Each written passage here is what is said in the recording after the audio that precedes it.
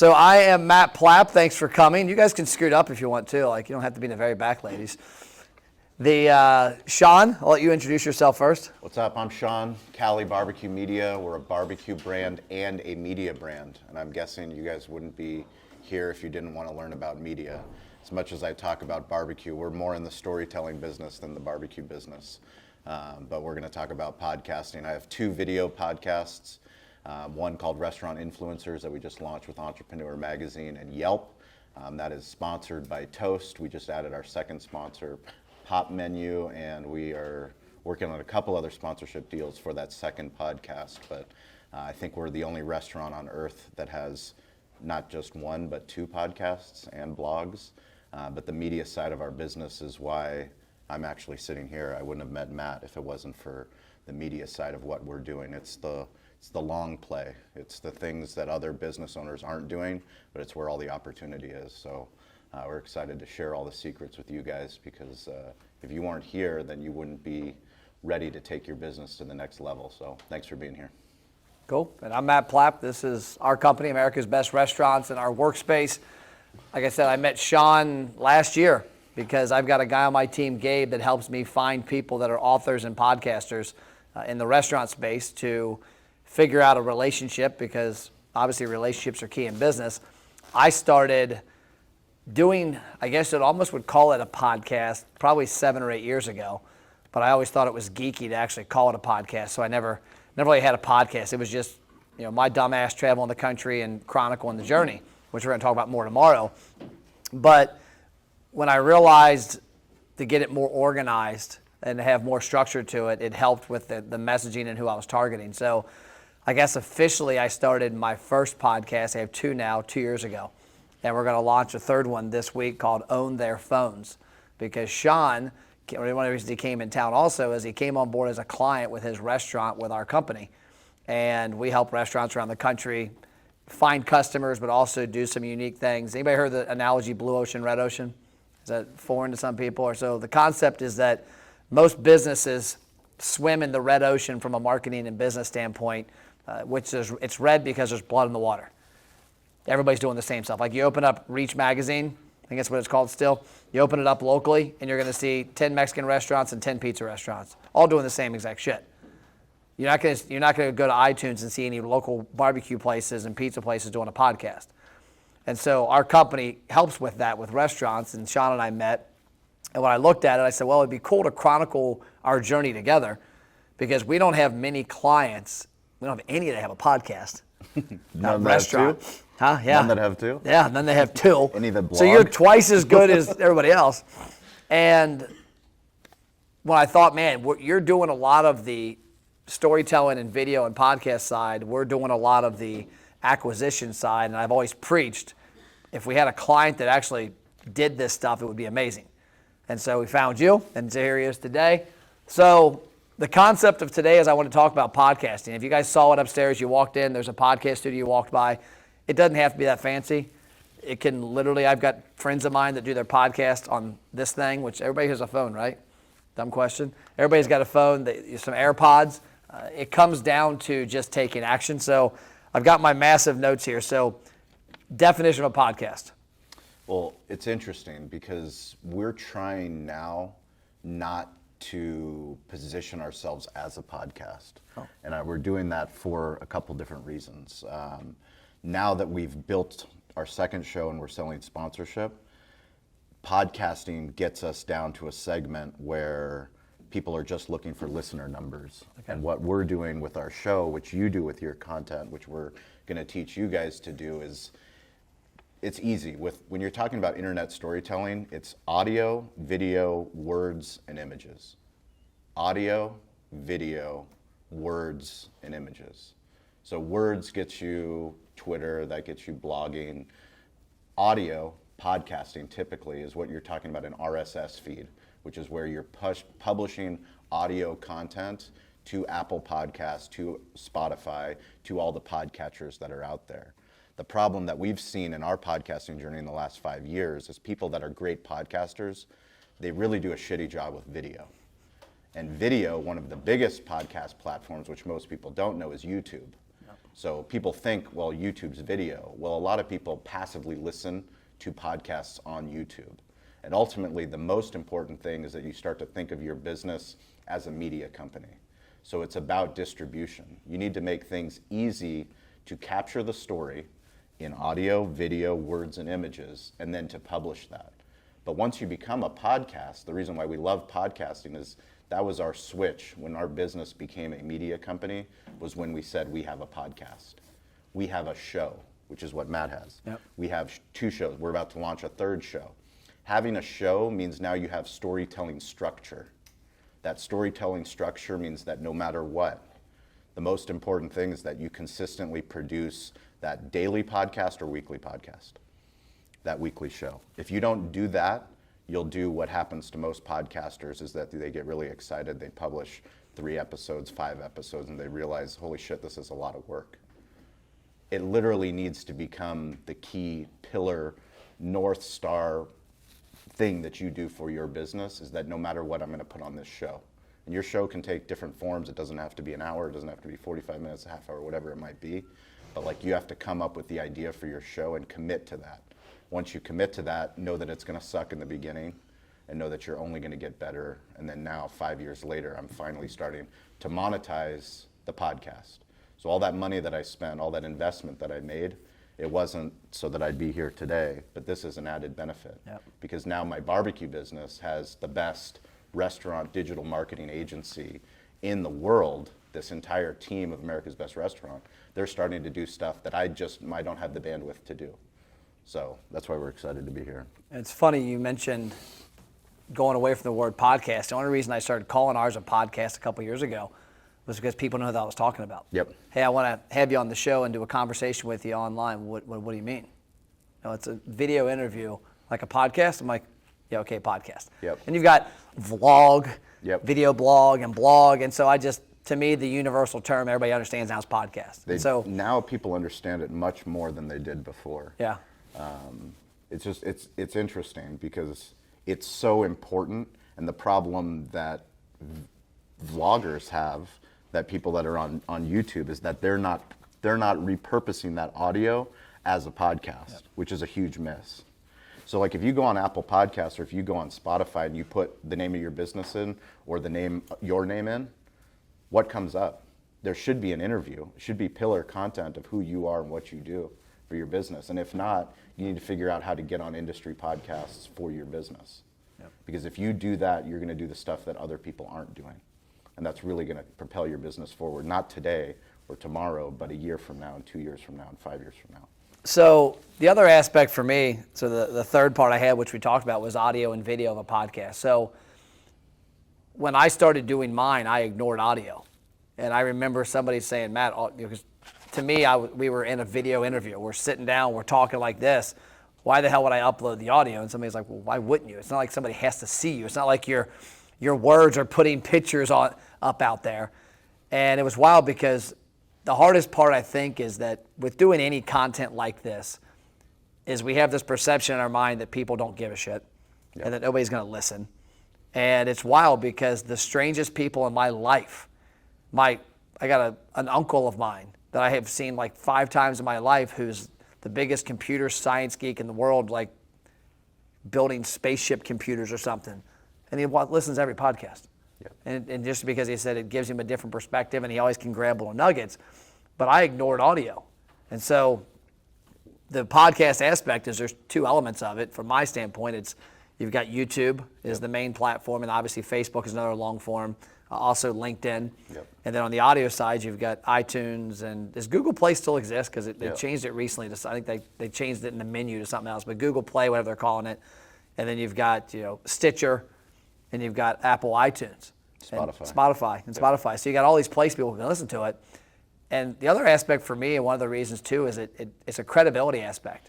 Like, how many people in here have a podcast or something on Spotify? You do now, Aaron looked up, but you do now. But I mean, that's when you start talking to prospects, you start talking to people in your business, or vendors, or new employees. That's something that they don't know if one homeless person is listening, or your mom, or 1,000, or 10,000, or 100,000. But because you're on there, it separates you from everywhere else. Yep. And that was a big thing with me. We have employees, we get applications every week. And the people that are that 20 to 30-year-old, I had a guy the other day. Yeah, I checked you out on Spotify. Yep. It's the first person that had ever said like that, nothing else, Spotify. And it's just that credibility builder. And so don't ignore the audio side of it. So next part I had down was the content, because this is where people struggle. I remember when I started doing mine, what do I talk about? Who am I talking to? Why am I talking to them? And a good example is Aaron, who I'm going to pull up here in a minute and talk about this, is when Aaron and I started talking about this about 6-7 months ago, he's a realtor. He's got the side of his business where he needs real estate agents to come on board with him, and he's got the other side of his business, which is consumers looking and trusting somebody to buy a house, to sell a house through, and then buy properties and invest in. And so everybody wonders, well, who am I going to talk to? What's the topic people care about? And so when I look at it, I always try and analyze, who are you trying to reach? Aaron's trying to reach realtors and consumers. Okay, well, what do consumers want to hear about? You'll have Aaron from Mela in. We'll talk about that. You did a behind-the-scenes video with her. It's a form of a podcast out on the road. But there's a business that offers flooring to to consumers, and consumers that got a house. Anybody that's got a house has flooring in it, unless you're in Africa or Mexico. But where we're at here, you've got flooring. And so having Aaron on there, now all of a sudden you're offering content and value to an audience of homeowners looking for something. And the cool thing about it, when you look at that, I guarantee if you were to look up in Google and search realtors in Northern Kentucky and Cincinnati podcasts, there's not going to be any. Maybe a couple, maybe 1, 2, or 3. There's not going to be massive amounts of them. The other aspect to that, and this is where I love the content side of it, is you look at the other side of it. One of the reasons I reached out to Shawn originally was I saw that he was doing the right stuff, but I also assume he's got an audience. Well, if I can show him love on my audience, he'll show me love on his audience. It's synergistic. Well, Aaron's the same way. When he interviewed Aaron, and I'm sure you'll probably do BJ David from Mela eventually, that all of a sudden he's telling the story of Mela through his channels. BJ and Aaron and his team are going to now share it on Facebook and TikTok and Instagram and Twitter and LinkedIn. And now all of a sudden you're exposed to their audience, and these other people start looking at who it is. So like on your podcast, when you look for the vision behind it, because I'm sure it was weird at first, you're a restaurant. Yep. You're the only person I think I've seen, I think there might be a guy in Tennessee that has a podcast for his restaurant. Mm-hmm. So when you first started doing it, did you think you were a little crazy, or were you confused on who to talk to, or? No, we knew we were crazy. And when we started, it was 2017, and I did it with a butcher shop owner. So one of my best friends owns a butcher shop close to our restaurant, about 2 miles away. And we decided to do not a barbecue podcast, because he also does barbecue. We host amateur barbecue contests and professional contests together. But we wanted to do a podcast about business, about the stuff that we didn't learn in business school. All the shit that they didn't teach you, all the partnerships that go bad, all the lawsuits, all the struggles, and we called it Behind the Smoke. So literally we started interviewing other restaurant owners, same in our business, like same competing restaurants. So another barbecue restaurant, another barbecue caterer, all these things where it's like, why are you interviewing competition? For us, it's a rising tide lifts all ships. There's so much business out there, and the more that we develop relationships with these barbecue restaurant owners, with other restaurant owners, with other grocery store owners, butcher shop owners, and then we started interviewing digital marketers, people that were in local media. So, somebody that was a news anchor that had a strong social following, we would bring them on, learn about journalism, learn about media. That developed a deeper relationship with the local news anchor, and guess what? When they needed a story on 4th of July barbecue, who do you think they're going to come and reach out to? They're going to come and reach out to us because we've added value. We've told their story. Even though they tell their story every single night on the 6 p.m. news to their local audience, no one's told their story, which they do very infrequently when they go to a local university and they speak to kids that are wanting to become journalists. So there's a deep networking relationship that you build for not just yourself and your business, but the opportunity is there to follow what makes you curious about things in your business. The B2C content that you make, you see all over the internet. Go on Instagram, go on TikTok, go on Facebook. A barbecue shop, a barbecue restaurant, what do? We put a picture of ribs, we put a picture of brisket. What do? We do things differently. We put a video of us unboxing our Toast point of sale technology equipment. Now, why would we do something like that? Anybody have any idea? Why would we put on our Facebook page a video of me and my general manager getting our new restaurant technology hardware, like a kitchen display screen? Why would we make a video and talk about that? It's part of the story. It's part of the story, but what other reason? I think other restaurants are curious about the Toast POS as well. So don't think that other restaurants aren't following our Facebook page and our Instagram page and our TikTok page. But also Toast. That's our new relationship with Toast. Toast, when we signed on with Toast, it was a year later that they went public. So they have 60,000 restaurants. They went public a year after we signed with them. We were invited as one of 20 restaurants to be a part of the IPO. They flew me and my general manager out. Literally, once we posted that unboxing video, within 3 days it was shared by the CEO to their entire 1,000 employees about our video of us unboxing this technology. Yeah. And think of the value, because I think a lot of times and I've been in business multiple different areas with our boat dealership, with this company, with the gym I was involved with that now Aaron, our next guest, took over my shares of for his passion to take it to the next level. Vendors get the raw end of the stick so many times, and the vendors are your key. Yep. I was telling a restaurant the other day, he was asking, what's the best marketing advice you can give me? I said, listen to every single person that calls your restaurant for marketing sales. Why? I said, because guess who else they talk to? All of your competitors.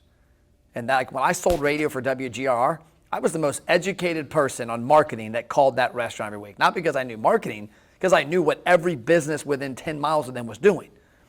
And so now I could say, hey, what's working? Oh, this guy said his billboard did great. This guy's radio is doing good. His cable, his email back, nobody was doing it back then.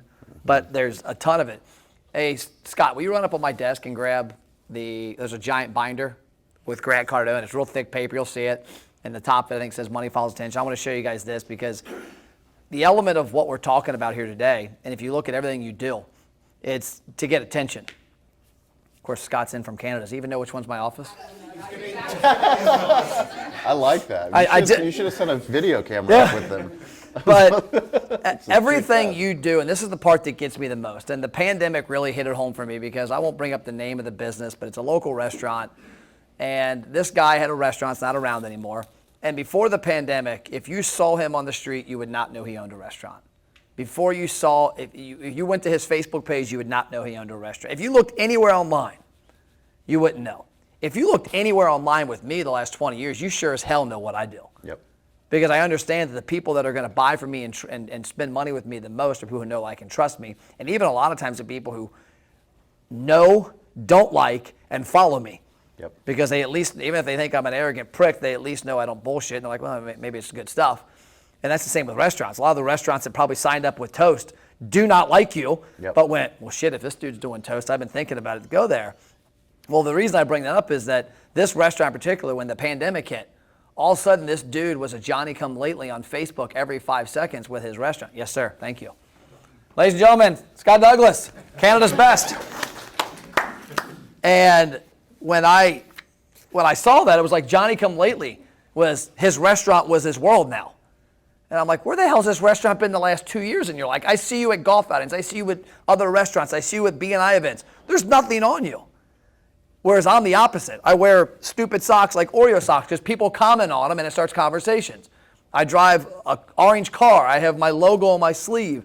My business cards, everything I have is branded everywhere for the most part, except Shawn pointed out my phone's not like his, so screwed up that. I guess I got to get my phone wrapped. Got to call my wrap guy and say, hey, wrap my damn phone. You wrapped the cars. But I've always been a proponent of that. And I cracked up because this guy's restaurant, all of us have had that friend that all of a sudden is selling something they're calling you. I've got in my phone, no shit, probably 30 numbers that are saved as no. Before I knew how to block phone calls in there, I used to name them no, no 1, no 2, no 3. And at one point, they were friends in my life. But they got to a point where every time they called me, hey, Matt, I'm at this company. I want to come talk to you about this. How long have you been doing it? 1 day. So you just started doing life insurance yesterday, but the week before you worked at Hothead. Yeah, I know. You need what I have. I'm like, you have no clue what you're talking about yet. But it was always Johnny come lately. And then they would go on something else. Well, businesses are the same way. when you look at a podcast, when you look at anything you do, it's attention. So I have this. Anybody ever heard of a guy named Grant Cardone? So like him or not, he's in your face. He's got proven at what he does. So I remember back in 2017, it's kind of funny because I didn't know who he was until I heard this. I'm at a conference in 2017 for digital marketing out in San Diego, and the speaker gets up and she's talking about how not to use social media. And she's like, I'll give you an example. There's a guy named Grant Cardone. He's in the real estate space. He's now all of a sudden a social media expert, and he's on social media all day. He is going to ruin his business with the way he's using the mediums because this person was the expert who is the expert from an ivory tower that doesn't really practice it. It's kind of like me giving a nutritional advice to somebody, like, look what I eat, and there's not a good idea. The aspect of it, though, they were saying he was using social media incorrectly, and it was going to crush his business because people were going to unfollow.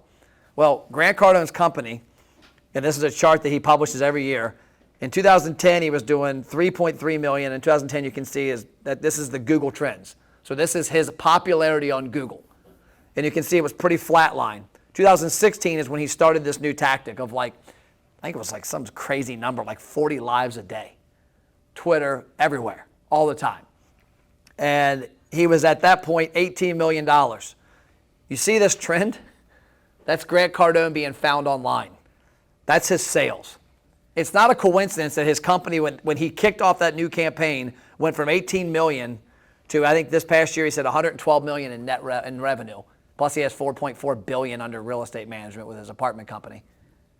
And it's all because of attention. And I'll never forget, there was a guy named Brad Lee who I went out and spoke with in Vegas, who's pretty big in the internet world, does some technology, actually runs Grant's training sites. And he told me, and I've heard him speak about this, he's like, yeah, I called up Grant one day and told him, hey man, Bob has been talking, bro, you got to back off. Like the Instagram, what the fuck, dude, you're all over the place. And he goes, hey Brad, when was the last time you wrote me a check? Are you a customer? No? Then shut up, unfollow. And Brad said, I remember that conversation because I look now and his company can buy and sell me 100 times. And it's because he did that. He didn't focus on the negative. He focused on what he saw as the positive. The positive of a podcast, of Facebook, of Instagram, of YouTube, of Snapchat, of TikTok, of Spotify, iTunes, Google Play, it's attention. I had somebody recently ask me, why do you drive a Lamborghini? I'm like, why not? I'm like, well, because then it was kind of weird out of the comfort zone. I'm like, you know how many people on a weekly basis literally call me that are in the restaurant space, not about marketing, but to talk about the Lambo? Because for a long time, I never published it. We used it for marketing, but I never you wouldn't see me leaning against it on my Facebook page saying, I can get you leads. You wouldn't see that, but I used it from a kind of an undercover perspective. I had a CEO of a restaurant brand come down here a month ago to meet, drove here from 2 hours away, and he wanted to meet and talk business, but he wanted to meet here versus there because he knew I wouldn't drive the Lambo there. He wanted to come here and see it. It's attention. And so all of us have that ability to get attention. And it's a matter of, that's where I see the podcast from. And it's understanding your avatar and those people you can talk to get their attention, because people love watching this stuff. But I will say the biggest fear I had to get over, I showed my team, my sales team on Monday, a video of me from 2017. I did a video that was pretty wide, I hadn't watched it since then, but it was funny when I'm watching, I remembered the video because I was being really quiet. I was in my hotel room and I was scared the housekeeper walking by was going to think I was some fucking weirdo because I was doing a podcast in the room. And I was so self-conscious of what people thought, which is weird because if you know me, I don't really care about what anybody thinks. But there's part of you that's they're going to think I'm a bumbling idiot. I shouldn't be doing this, whatever. And so when I started doing that, it's the same thing with our company. Our company was me and Ashley in the back for 2008 to 2015. Then we brought on a couple part-timers. I just did the math yesterday. Me and David were in my hot tub at my house talking last night after dinner, and I'm like, we've added 16 or 17 full-time employees in the last year. And that's a lot. I look at I remember when I hired Doug, my first big employee from a revenue standpoint, it was man, I'm risking because his wife doesn't work. His kids are in high school. I better not screw up because his livelihood. And now I'm just we'll hire somebody else. We'll hire somebody else. And it's because of the attention of our company. And it's because of getting out of the way and not being scared of video, but then also learning. Because one of the things I've got on here, the next thing is podcasts and videos are the ultimate practice. Who in here has met a friend of yours, you said, hey, what do you do for a living? And it's a very awkward conversation to explain what the hell they do. And you still don't know. I had a friend of my dad's. Still don't know what the fuck. Friend of my dad's years ago. I went and subbed for him at a B&I meeting, probably 10 years ago. And I got up and I said what he did. And they go, he sells life insurance? I go, yeah, you didn't know that? The whole chapter.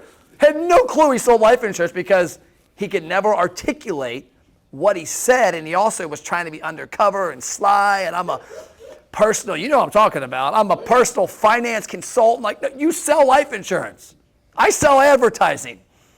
And for me, that's what it's helped me is get clarity is when I do podcasts, when I do videos, it's the ultimate practice, right? Yep. Putting in the reps. I mean, it's amazing to me, the same thing is how many people have a 2-minute chance to tell their story, yet cannot condense what they do, how do they do it, to make someone interested to learn more. I mean, how many times have you gone to a party that you didn't know the people very well, you met somebody, but then they grabbed your attention because of the story that they told? You're like, wow. You go home and you tell your significant other, I can't believe that person. You met 100 people at this party, but there was one person that stood out. Like, being a podcaster allows you to get those reps to eventually become that storyteller. Like, you have to be willing. I mean, how many people have a personal Facebook page in this room? How many people have a business Facebook page?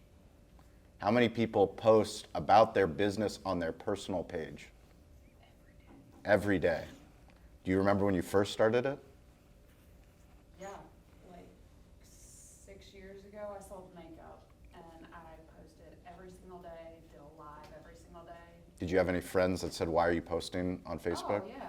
Do you still have friends that say that? No, No. no. Why? Because they know what you do. Yeah. Yeah. I mean, for me, when I first started posting on my personal page about our restaurant, I had friends that said, Shawn, who do you think, like, why are you doing that? We know you own a restaurant. Like, well, I'm putting on an event for charity and I'd like you guys to come. That's why I'm posting about it. And eventually I got to the point where it was like, I don't give a shit what they think. Unfriend me. If you truly are my friend, you would know how much I care about my restaurant and I need my restaurant to succeed. But it's a thing that I talk to business owners all the time, and it's, we overthink what we're communicating to the world on these social platforms. Back to, it's video, audio, written word, and images. That's it. Who are you? What do you do? If you have something compelling, and the thing that about a podcast, you can do a monologue podcast. You can do just your thoughts. That's fine. That's hard to do. If you're able to do it, kudos to you, because I can't fucking do that. Follow a guy named Alex Hormozy. He's got a podcast. It's called The Game now. He just sold his companies for like $80 million. He's got a handful of businesses he partially owns for like $100 million. But it used to be called Gym Launch Secrets back in the day, and then he changed it to The Game. And he literally, if you go back to the very beginning, it's 15 minutes episode of him talking about a specific topic. Yeah. And it's gold. If you're good enough to execute that, all power to you, do that. But if you're not, follow your curiosity in your industry, in business, in marketing, whatever you care about, and find those people.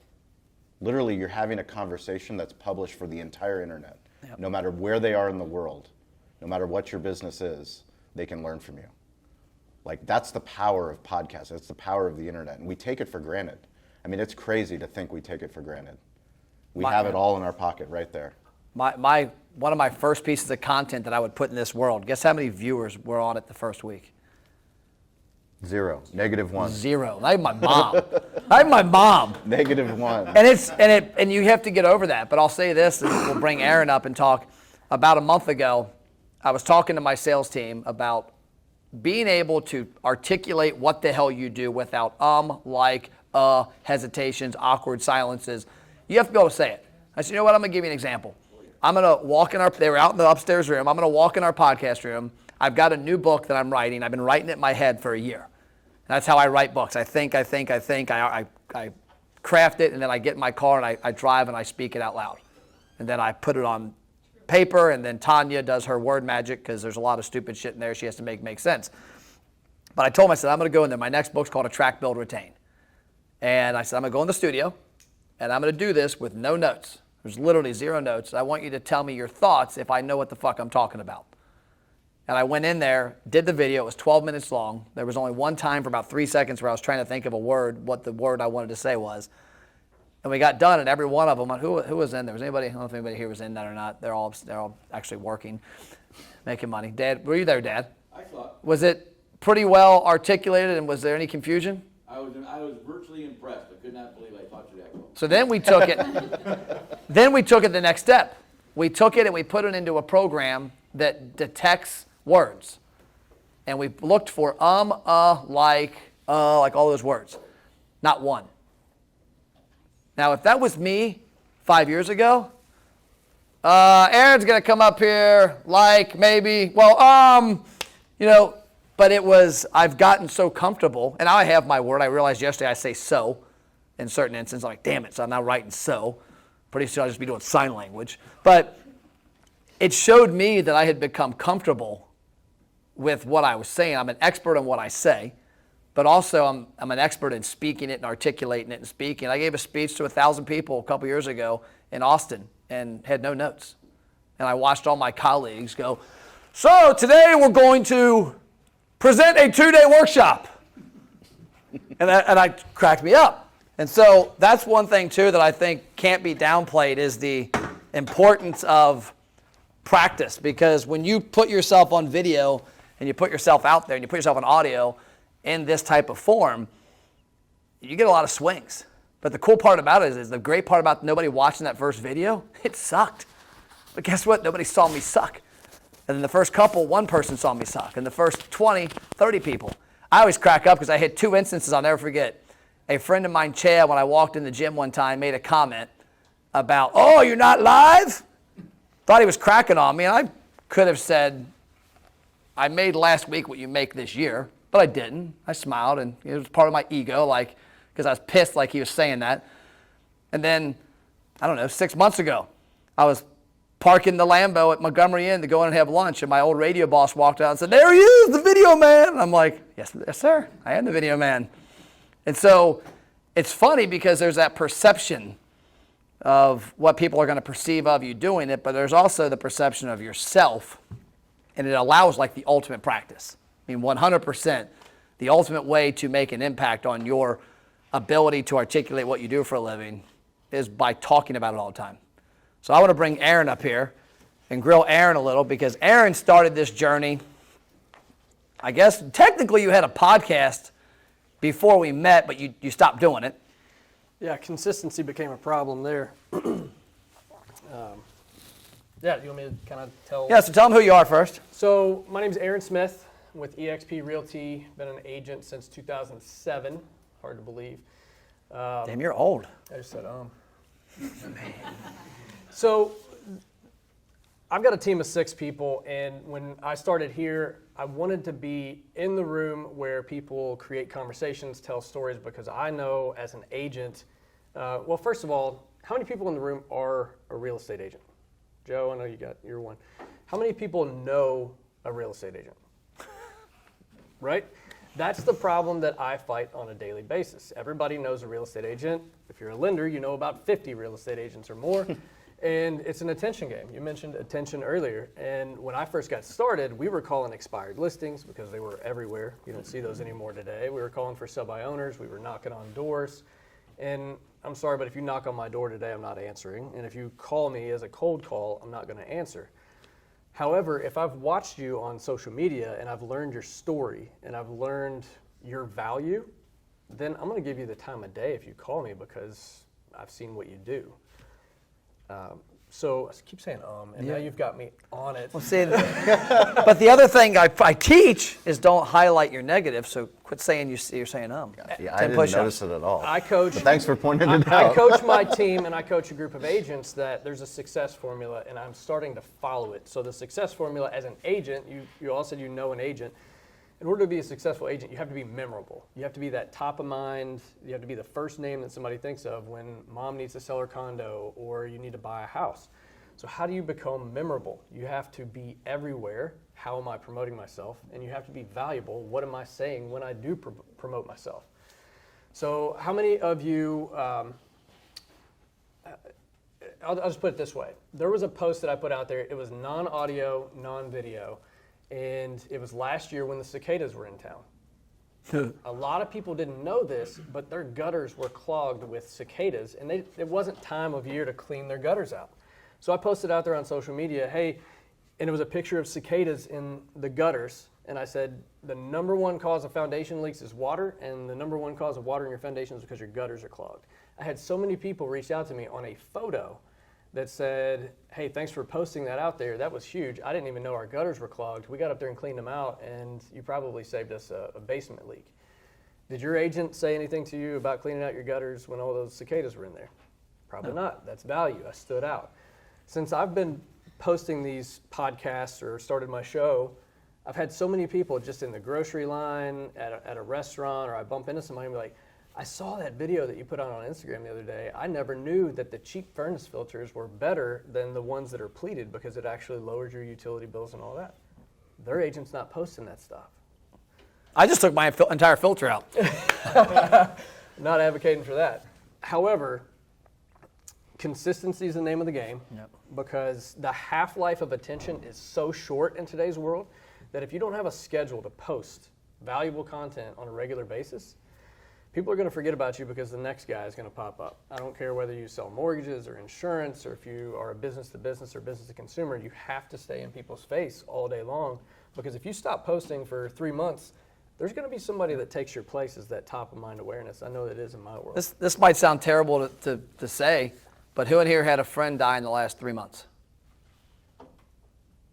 You haven't thought, family member. probably haven't thought of them in a couple weeks.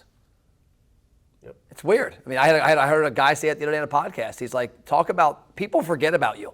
He's like, I had a friend of mine die 3 months ago, really good friend, who I was always around. You went to the funeral, you did all the stuff, you had your grieving, and then a month later you're on with life and there's the new problem.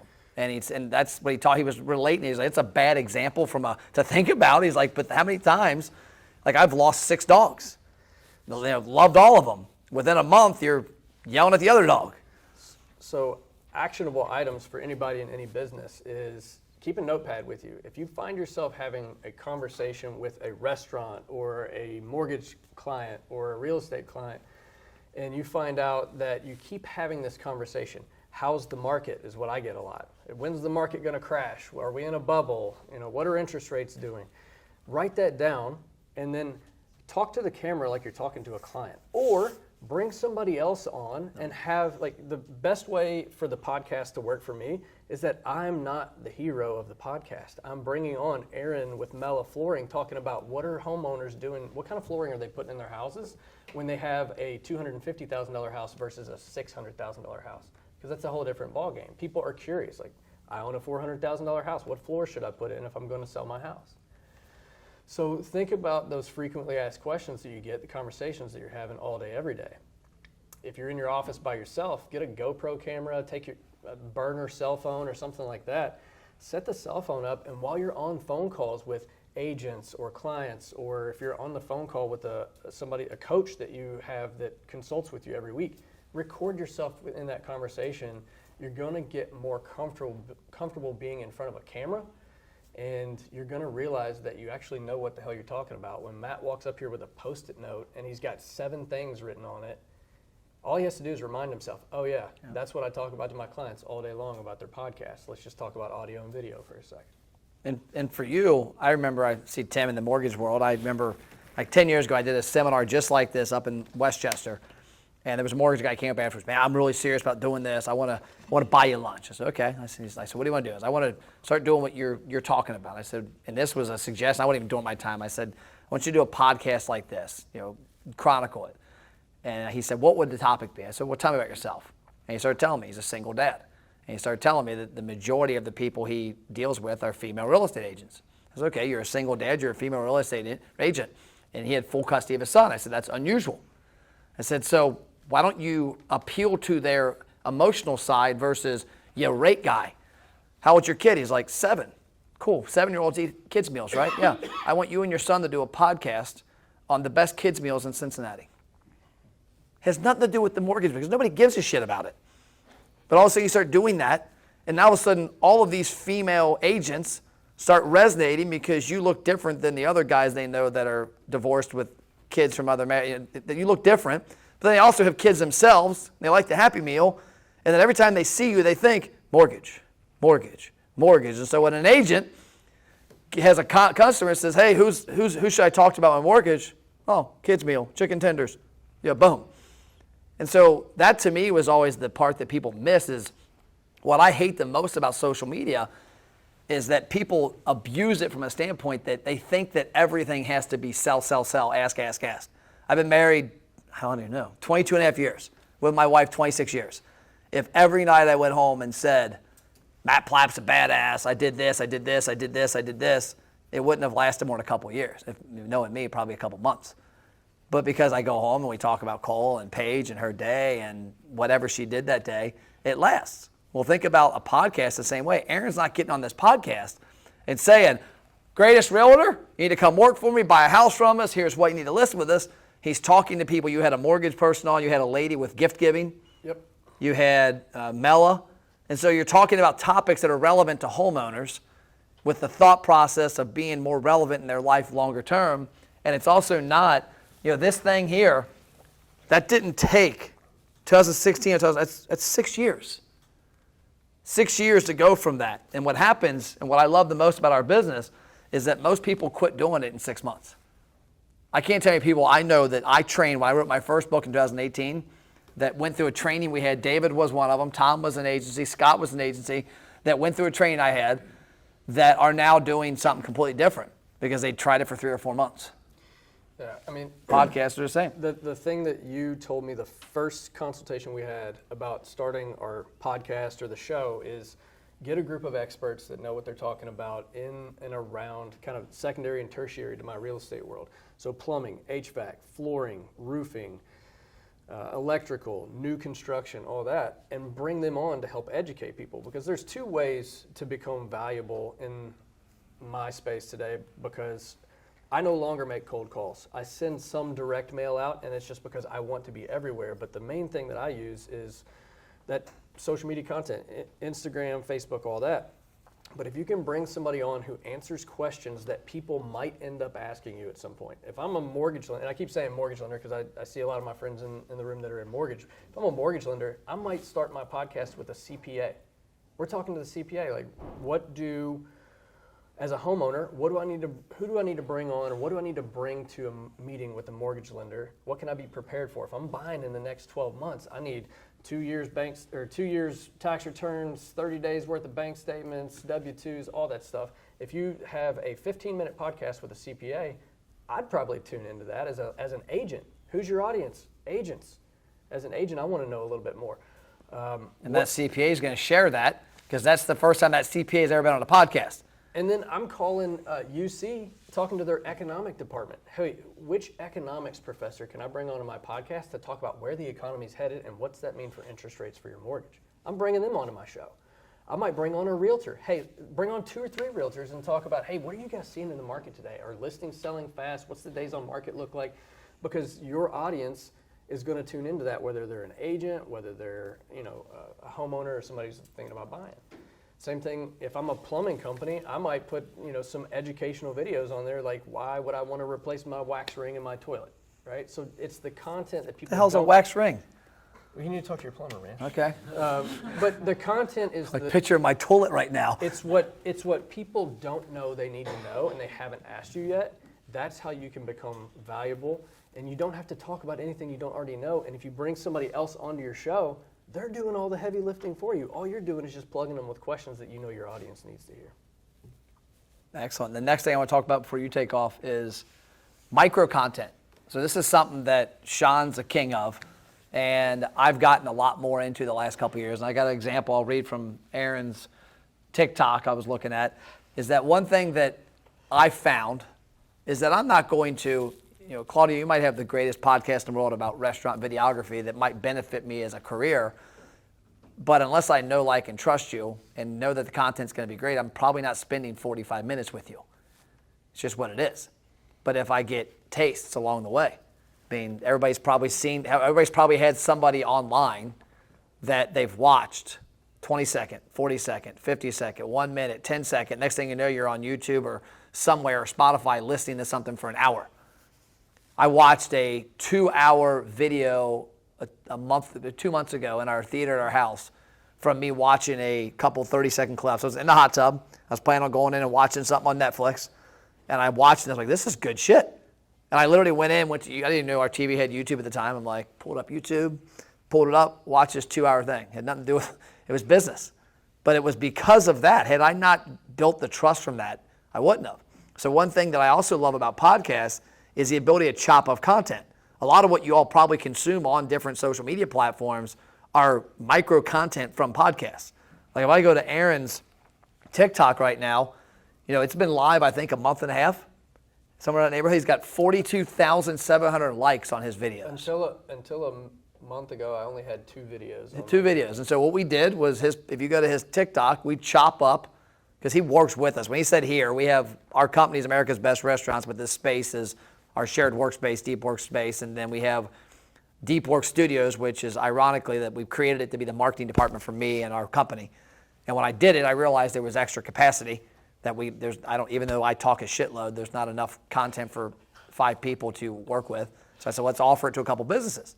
Because I kept having friends of mine say, I knew you and Ashley, and you had, you lived over here and you had this car and you worked out of your home. Now I look and you've got these company vehicles, you got the building, you got a much larger team, your company's much bigger. How did it happen? And I'm like, content, storytelling. But when you look at Aaron's TikTok and you look, and some of them are huge. Some of them are 500, some of them are 600, they're 1,000, they're 1,500. The one's 426,000 views right now on him talking about the top 6 things to do when you buy what you want to change when you buy a house. But the cool part about that is that people's biggest struggle with content on social media is they consistently are posting about themselves. If you go to a restaurant, go to any restaurant in this city, 9 out of 10's Facebook page is going to be full of just why to buy food from them.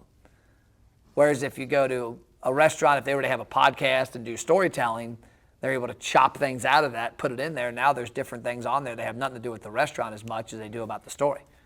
And that's another element of podcasts, is that you doing a 30-minute podcast creates 42 pieces of content across 8 platforms. So I've got, I haven't run this past you yet. I've got a team of 6 people. We have call it an action day. Every Tuesday from 9 to 11, we get in the same room together. We're writing handwritten notes to our clients, whether they bought a home with us or not. If they're in our database, we're writing a handwritten note to them. If they bought a house 10 years ago with another agent, hey, happy 10-year anniversary on buying your house. We hope you love it more than the day that you bought it. That's kind of what we do on Tuesdays. Now we're going to spend 30 minutes doing story time. And story time is going to be what's happened to you as an agent, all 6 of my agents on my team, what's happened to you as an agent over the last week or 2 that completely blew your mind? What did the co-op agent on the other side say or do that cost their client money? We're just going to selfie video this thing or whatever we got to do.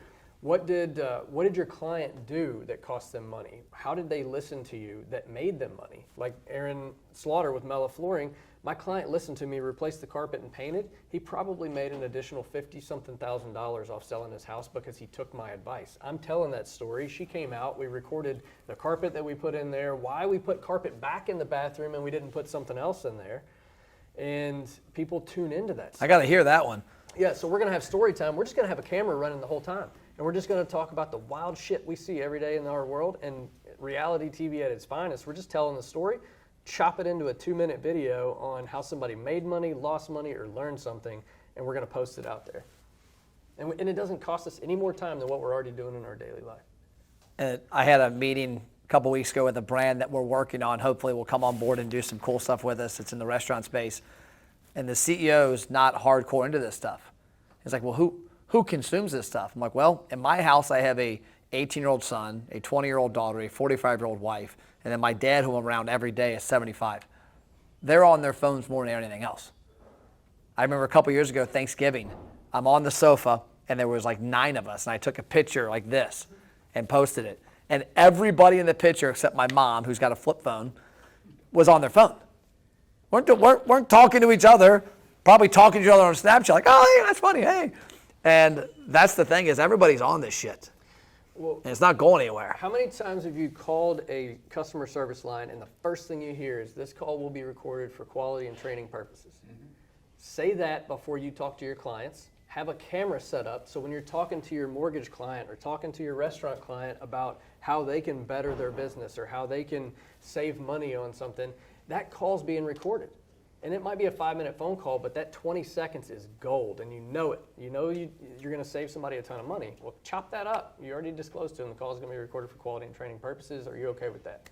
Yep, that's fine with me. Boom. TikTok content, Instagram, Facebook, all that. And then people are going to hear it, and they're going to trust you, and they've never even met you yet. Yep. How many of you are actually considering podcasting? How close are you? Anybody? Now, Now? About 50 feet. What are you we gonna have an what? office in this building. What is your show going to be about? We're both mortgage lenders. Okay. Do you have They're going to do get you have- divorced and do kids' meals. No, I'm just kidding. Do you have a name for the show yet? No. Frequency for the show? Weekly. Weekly. Yeah, I'd like to do weekly. Has to be. Yeah. There's nothing else. It's either daily or weekly. Okay. No Think about it, No think- seasonal bullshit. Like, oh, we did a season, you'll stop. Think about Friends. Who in here grew up watching Friends? You had back before Netflix and all that, we had to watch it like certain days. And then I remember when I would travel, I'd come back, my wife would have to catch me up because we never could remember to record it. Imagine if Friends aired every 4 weeks. You'd never fall in love with it. I had a guy the other day who is a pretty solid marketing guy in this region who I've known for 20 years. And I wouldn't think of him as being a fan of me just because we're so different, polar opposites personalities. Calls me up a couple weeks ago and he said, hey, you got me. I go, what? He's got some restaurant clients he's bringing on board with us. He said, about 5 of your 30-second clips off of LinkedIn, because I share my content on LinkedIn too, led me to spend 45 minutes with you the other day, and that's the best 45 minutes of business marketing I've heard in my entire life. He would have never gotten there without the micro content. And then his trust level with me is so much different. And it's also because the fact that those people in their mind, I always tell people, when you get on video, when you get on stage, and when you get a book, to me are the pinnacle of business, because how many people in here know somebody that's written a book? Probably not me. Well, yeah, it's outside of me. No. So you don't know many. How many people in here know people that are the ones on stage with 1,000 people in the crowd? And yeah, not many. How many people in here know people that have the book on stage and are on video doing content every day? It's one. And that separates you. You're now the ultimate blue ocean. And you're now the ultimate person that sticks out. And it goes back to like everything in your business has to do that. Otherwise, you're going to look like the exact same shit. This is a micro example of this from content. Doesn't tie in with podcasting, but I showed an example a couple weeks ago of Papa John's. 6.6 million followers on Facebook. Basilio's, 4,600 followers on Facebook, one location restaurant. So if I took one of Papa John's posts, you would envision I would divide it by whatever that is, 1,400, and come up with what Basilio's had, right? Content like likes, comments, shares. Basilio's beat them head to head on every Facebook post. 6.6 million to 4,600 people. Why? Because Facebook is using the platforms wrong, and they're swimming in the red ocean. Basilio's is using the platform correctly, and they're swimming in blue ocean. They stand out more. And so your goal in your lives is to stand out with people who can work with you. And a lot of times that standing out comes from storytelling. It comes from them relating to you. You know, I had a podcast 4 weeks ago. It's the first time I ever cried on a video. This jackass has got me to cry up at Hillcrest Foods in Cleveland. You know, started talking about my mom and dad and our business. And, you know, when people see that side of you, it's different. Then they see, hey, I'm the greatest mortgage broker in the history of the United States, and here's my rates. Well, that's what everybody's saying. I think it's important to say, too, that the number one reason that caused me to hesitate, and I wish I had started doing this in 2010 when I went full-time in real estate, creating content, having a show where I could tell a story, tell other people's story. The number one thing that got me to not do it is fear. And I feel like we all have this fear. We all want to be right, and we all want to look good, and we're afraid we got a booger in our nose, we're afraid we're going to stutter or something's in our teeth. And I'll tell you right now, if I'm online, I mean, we're all glued to this thing 12 hours a day at least. We're laying in bed scrolling through TikTok or Instagram. We're seeing what the hell's going on. I would rather watch a video with something stuck in somebody's teeth than a freaking green screen in the background where they're giving some kind of presentation on bullshit I don't care about. Yeah. I would rather watch a video of a few people at a lunch table just dropping fire, just talking about stuff that people don't talk about, surprising people with, hey, did you know this is going on in the restaurant world? How are they going to deal with that? How are these restaurants going to adapt? And forget about being perfect. You guys have probably heard of the 80-20 rule, that Pareto principle, that 20% of the things you do work and the other 80% don't. I'll tell you right now, in any industry, it's probably closer to 98% of people aren't doing what we're talking about, and maybe 1 or 2% of people are. If you want to stand out in whatever field you're in, just talk about what you're already talking about on camera and get people around you like-minded, or bring potential customers, or bring your competition. I've brought other real estate agents in on my podcast, but what do people remember? Person that I knows it. freaking put it together. Yeah. So that's what they remember. They don't remember, the other people long term. They remember that I was able to funnel the content to them. I got in trouble at Lindemann Elementary, not because I was in the fight, but because I'm the one that organized the fight. And I charged tickets to watch it behind a mayor stop by Super Bowl. Didn't help my mom was president of the school board. But I remember the context now that you said it. The context of I made the comment about the person dying and forgetting it was the guy was saying everybody's so concerned with making a mistake on video or content that you think everybody's going to remember that your whole life. He's like, dude, we forget who died 3 months ago. Like they're out of mind because you've moved on to new life. If you do a video yesterday and you say something stupid, and you pick your nose on camera and you forget about it and you're not paying attention, like it's not like that's your vision the next 20 years. Now there probably are exceptions where you can do massively stupid shit and be remembered by. But I mean, hell, who in here remembers Kramer from Seinfeld? Remember his big gaffe? Yep.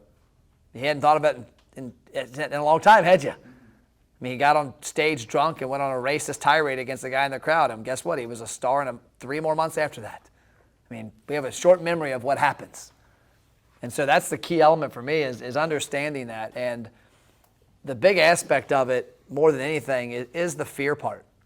We all have the thought of our friends, our family, our clients, our coworkers. But at the end of the day, if you're not different, if you're not doing something different, you just become the same. And a lot of this entire country settles for the same. That was the big pushover for me, was when I got really good at this stuff years ago. I started to evaluate myself and said, okay, what's not Matt Plapp? I mean, Tim remembers me probably leaving the house years ago when I lived next to him. I had khaki pants, leather shoes. I had the cool shirt, and I used to hate it because it wasn't me. Matt Plapp is a pair of Jordans, a T-shirt or golf shirt, and some shorts. Matt Plapp is in your face, loud and obnoxious, and always right. And so I had to kind of adapt to take on my own personality and quit being what somebody else was. Because that's what we all do. How many of you guys want to produce quality content? I want to produce content that draws people. Yeah, You have the easiest one of all. Be it quality. Dog care. Dude, like my wife. Dude. I'm Dog on. care? It's Allie's walkabout. Here, put it this way. I walk in my house. I walk in my house Do and you want to be on my podcast? hell yeah. All right, I'm going to reach out to you. I'm going to get you on my podcast. We'll talk about, because homeowners own dogs. Yeah. Yeah. And the biggest mistakes they make, I can. Right there. Oh, it cracks me How up. often are you publishing content? I'm not right now Why? because I'm lazy and You're late. disorganized, and I'm not sure what equipment I need beyond my phone. Because one of the big things I want to do is show people how to train their dog, like leash walking is a big issue, and I can solve leash walking in 5 minutes. Holy shit. I got a wiener dog that needs you. Yeah. I'm going to blow that up. All you need is a cell phone. So is anybody familiar with the Gary Vee audio experience? Gary Vaynerchuk? He's eating blueberries across the table with a microphone probably sitting 2 feet away from him. This podcast studio up here would make that look silly. Yep. He's got one of the #1 podcasts on iTunes right now, and it's because of the content he's creating. Not the equipment. Like you could have a cell phone and maybe a detached microphone or something like that shooting a video, and as long as you're you take a dog who's misbehaving and then you get it leash trained in 5 minutes, like I'm gonna watch that. Well, I'll give you an example of where that holds people up. 10 years ago, 2010, run up the stairs of my house, and I'm like, oh man, I got man boobs. And so I called Rob Beal, Better Bodies in Silver Lake, and said, I need to do something. I don't want to go running. That's what you're going to tell me. I don't do cardio. He's like, try this CrossFit class. So I go to Silver Lake. They had this CrossFit class. I started doing CrossFit. About 4 months in, I walk in at Matt Gallister. My pre-workout, no shit, my pre-workout for working out back then was a Laffy Taffy and a Coke. For somehow I convinced myself that was my go juice. And so I walk in 3 months later, and Matt goes, okay, you ready to have a conversation? I go, what about it? He goes, don't ever walk in my gym with a Laffy Taffy and a fucking Coke again. I go, what do you mean? He's like, that's the opposite. I'm like, oh, it's my go juice. Like, no, I'll give you some better go juice. He's like, well, why didn't you tell me 3 months ago? He said 3 months ago you hadn't stepped in a gym in 5 years. So my goal was for you to come here consistently 2 to 3 times a week for the first 3 to 4 months. So now I see they're serious, and now you can take extra steps. And sure enough, he said, you know what, let's do one. Which one, Coke or Taffy? I'm like, Coke. So I brought a Taffy. 3 months later, I'm going to kill you if you bring a Taffy again. And then at that point, he's like, hey, I want you to start running. Run around the block. And I remember I lived next to Tim. Tim was like always running everywhere. I couldn't run it into our street. I was a college athlete. I was a defensive back. I got to the point I couldn't run down the street. And so I started doing it. Then like 3 months after that, it was flexibility. And it got to a point where it was Olympic lifting and kettlebells. I tell you that because it just starts with consistency. Taking this phone, I've got a tripod upstairs I'll give you. We've got 50 of them for free. Put a tripod on it, click go live, say what's going on. Let's talk about the number one thing I see at Alley's Walkabout is people cannot walk their damn dog. I saw Matt Plapp the other day with a wiener dog, like dragging it down the street, and it was biting people's ankles. I want to give you 5 tips how to fix it. And then when you go from there, then you go, oh man, I could get better audio if I put a Rode mic attached and it points at me. And then you go, oh, there's an app for this. The next thing you know, you've got 5 people like I do with cameras like that and microphones everywhere and a podcast studio. I didn't start. I started with this. And the only reason I upgraded was that I got to a point where I was comfortable producing content and my content was getting better. And I knew that if it got better, the production of it had to reflect that. I mean, if you watch Matt Platt videos from 7, 8, 9, 10 years ago and compare them to what Logan and David and Max put out today, it's night and day. And I'm fortunate. I don't have to do anything. I tell them, hey, I'm going to do a video. I had BJ David and Steve Kame come in 2 weeks ago. Hey, they're coming in there. I'm going to walk in 1 minute before. We walk in, we close the door, and I go, what's up? It's Matt, MPTV. Boom. I leave. I don't do anything. Because it is. There are some nuances. Back then, Matt Plapp did it all. I uploaded it. I put the graphics on it. I chopped it up. And that was a big reason I started like with Aaron, was when we did this, I looked at friends of mine in business and said, man, like this dude, I said, dude, you're fucking great on camera. I said, you speak well, you articulate well, you're passionate, you know your shit. You need to do this. And that's where I said, I've got this ability. I've got a couple opportunities that my team can piggyback and do some stuff for a guy like you, and it would be cool. He saw me screwing it up in the podcast room. He was like, I think I can fix this, is what it really happened. Yeah. So the answer, if you guys want a formula for the internet for how to make quality content, it's quantity plus speed plus consistency equals quality. Quantity plus speed plus consistency equals quality. The problem is everyone wants quality first. Yeah. Like you want this best piece of content, this perfect podcast, this perfect video to show off a commercial for your business. It doesn't fucking work like that.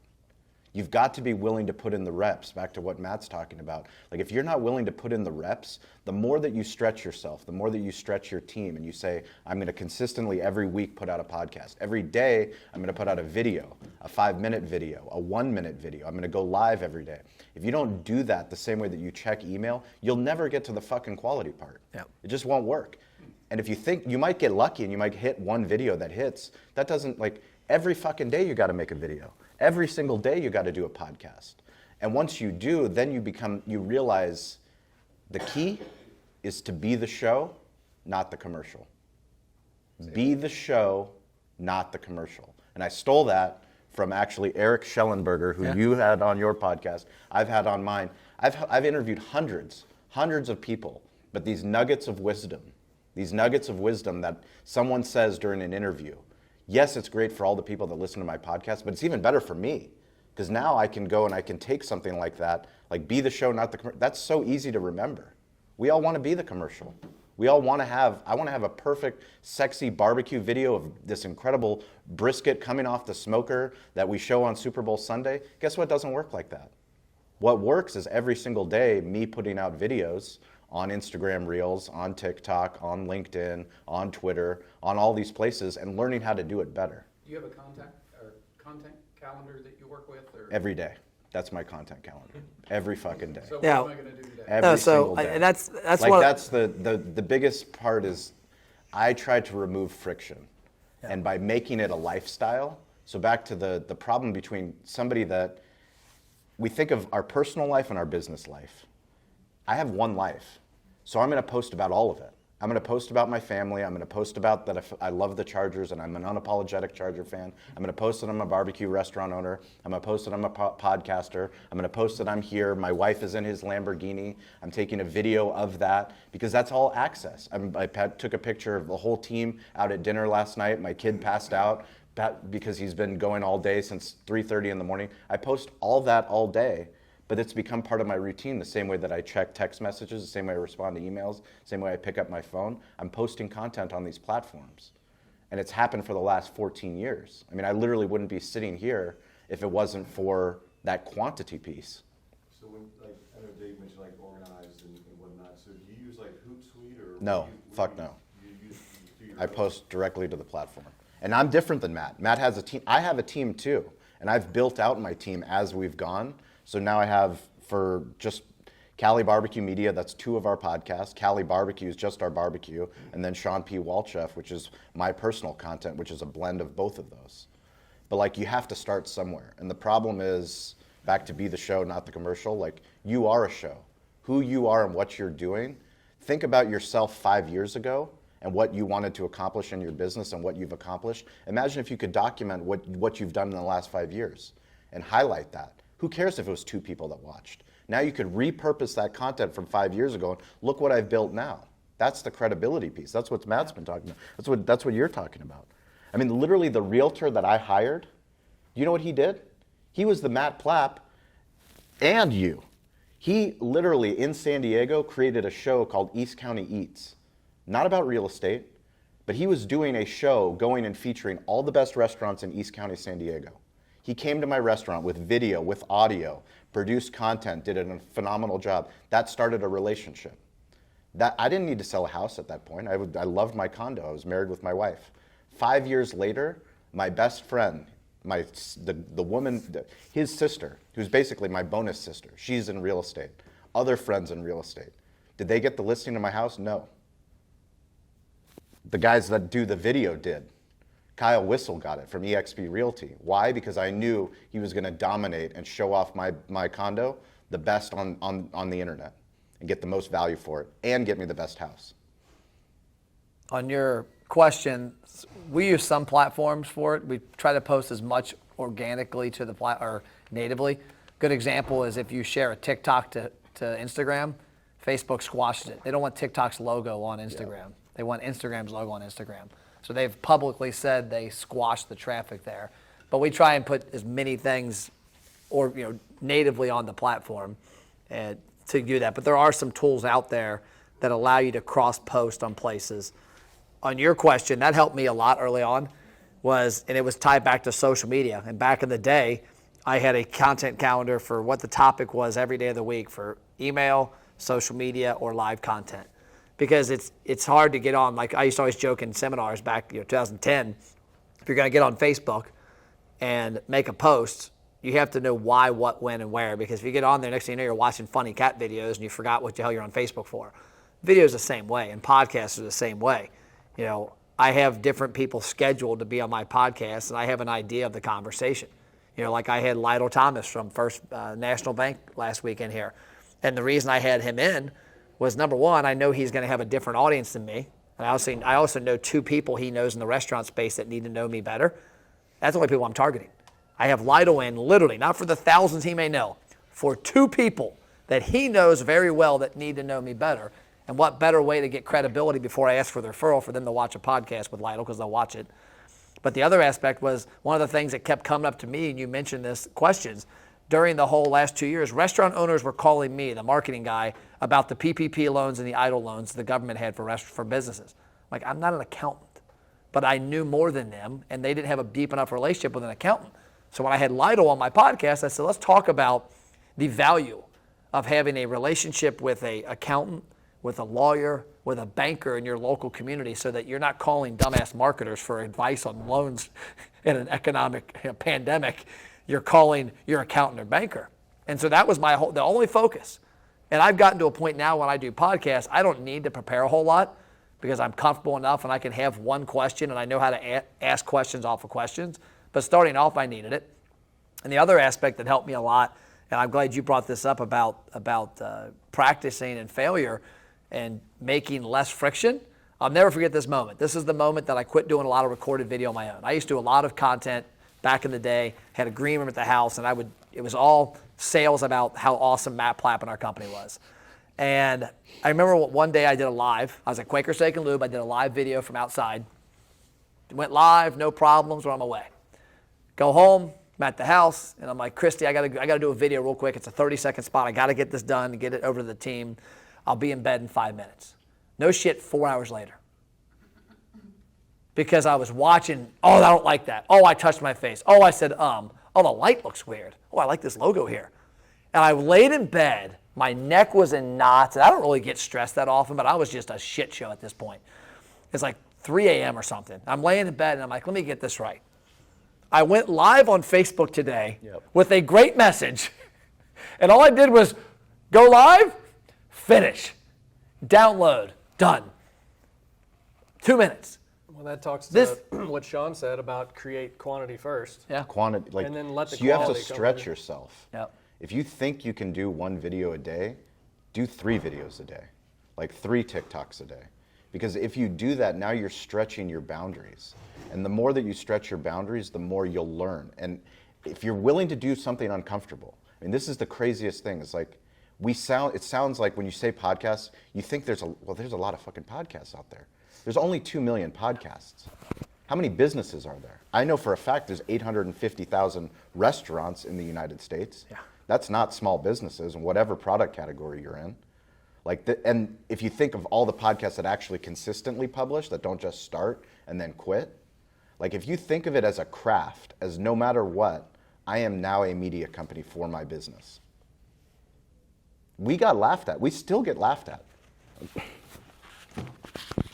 Cali BBQ.media, literally the only restaurant that has a .media URL. But now, when I go and I speak, and when I get asked to come here, and when I go to National Restaurant Association, and I tell them we're a barbecue media company, less people are laughing. More people are showing up to hear what we have to say. More tech companies are kicking down the door to find out, how did you get invited to Toast's IPO? How did you get a selfie with Chris Comparato, their CEO, on Wall Street? How are you doing all this cool stuff with Toast? Like, we're doing it because we're producing content for them. We're literally producing content, not just for Toast, because they have a marketing team that I work with, but like I'm telling the story of a restaurant owner using technology in my restaurant, and other restaurant owners are going, wow. I'm having other restaurants come onto our show to talk about what did Toast do for them. Toast, like, their marketing team can't create that conversation of 2 business owners having a conversation about restaurant technology. That's what you can do for your business. That's what you can do for your business. And one of our common friends, Steve Kane, Logan, I hope Logan's back there. Logan, Tim's son. I'm interviewing Steve Kane in the studio, I don't know, 3 or 4 weeks ago, and we're talking about he's a hardcore grassroots marketer. And I was talking about how we all had this free media company in our pocket now.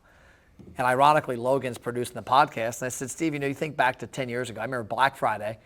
We had signs out there that said, our business sucks, Black Friday sale. And I said, we had these teenage kids out there holding the signs. And I'm like, oh, shit, that's Logan. And Logan was producing the podcast. But I said, that was the extent of your free media back then.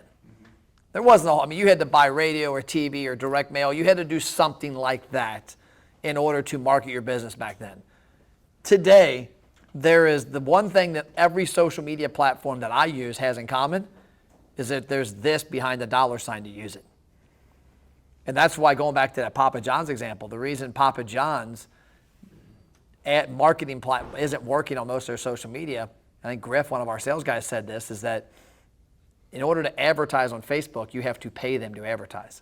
When all of your posts and all your content on Facebook look like advertisements, the algorithm squashes it.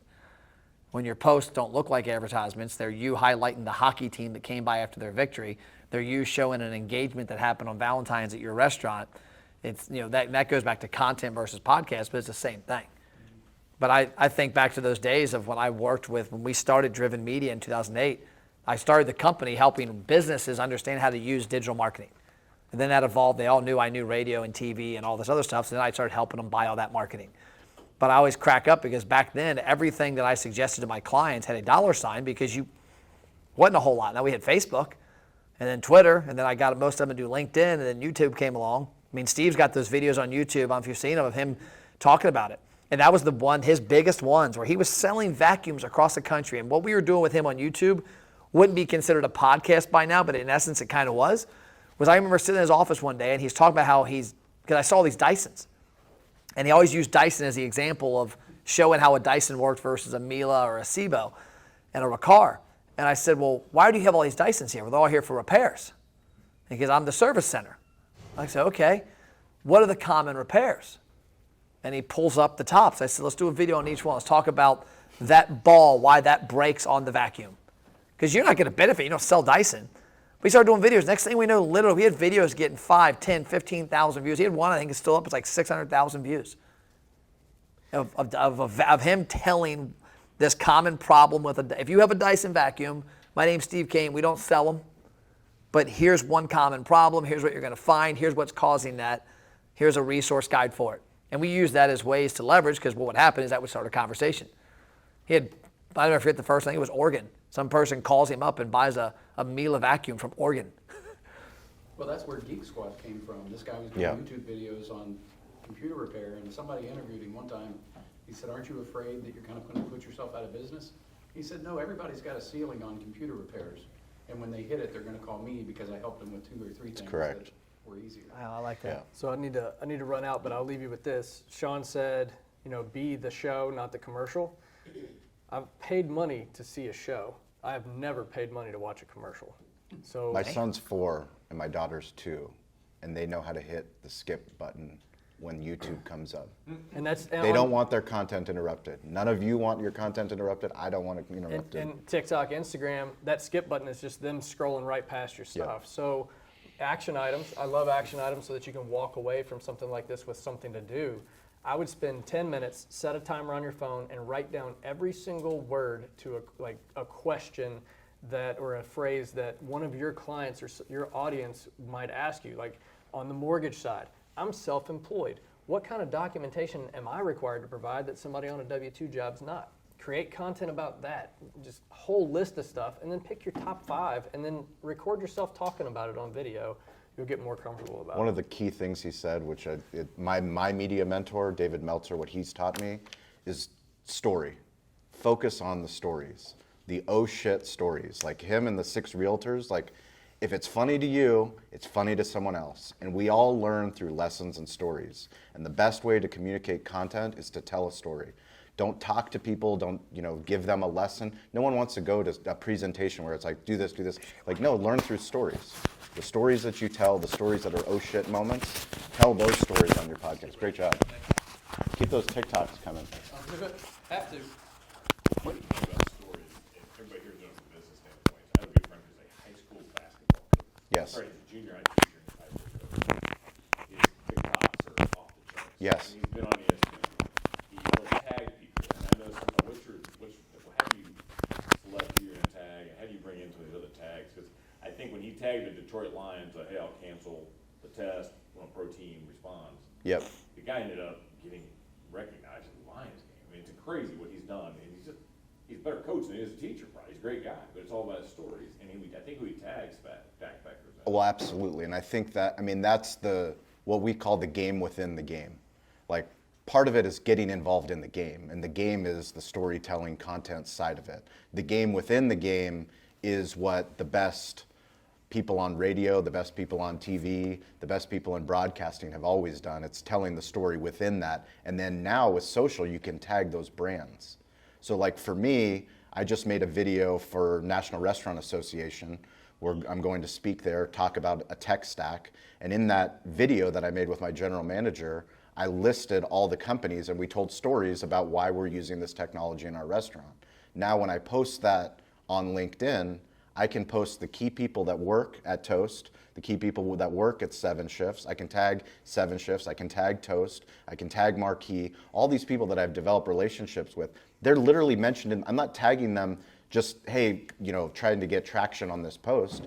No, I'm literally telling them I made a piece of content about you. Yep. I literally did the work that your marketing department, your social media team can take this video and put it on TikTok, put it on Instagram Reels to go and share the story of the technology that's helping us. One restaurant. You're helping us one restaurant. This is what they need. Did that answer your question? Yeah. I mean, but that's the incredible thing. That, like, we all have the greatest gift ever. We can reach the biggest brands through content. And that's where all these people, I mean, the amount of money that people are making with brand deals on TikTok, brand deals on YouTube. I mean, the creator economy is here. And the question is which business owners are willing to capitalize on it? Because someone else is going to do it. Yep. You know, are you willing to do it for your business? Because once you start doing it and you get better at doing it, then you start, I mean, the amount of money that we're going to add to our restaurant P&L that no other restaurant's getting because of the media, because of the sponsorship, because of the stuff we're doing, it's exciting because I know that other restaurant owners, not just restaurant owners, but business owners can do it. Anybody seen the Kanye West documentary on Netflix? So the last episode kind of fell off the tracks, but the first couple are pretty wild because we all heard that song, Jesus Walks With Us. He had that for like 7 years. And to watch the process of how he kept telling his story over and over, and by what chance and what odds are that he has a guy documenting the thing that's just quit his job in his life and said, I'm going to follow Kanye West. I think you're going to be a big star. And it turns out that he was a big star. But the wild part about it to me was to see that he never stopped. And I've seen it. I mean, we've all got friends that have changed professions. We've all got friends that started a podcast. I've got a friend of mine that every 6 or 8 months comes back on like, hey, I'm reviving the series. I'm doing Ask the Experts, and they're good stuff. And I'm like, would you stop stopping? Yeah. Just put it on your calendar. Like I have on my calendar today to take this man to lunch. I have calendar on with my team. We had a meeting this morning. I have a calendar invite for me to go to our gym and work out at 4:15. I have all these things on my calendar. And one thing that's also on my calendar every week is when I'm creating a podcast, when I'm creating a video, when I'm telling a story.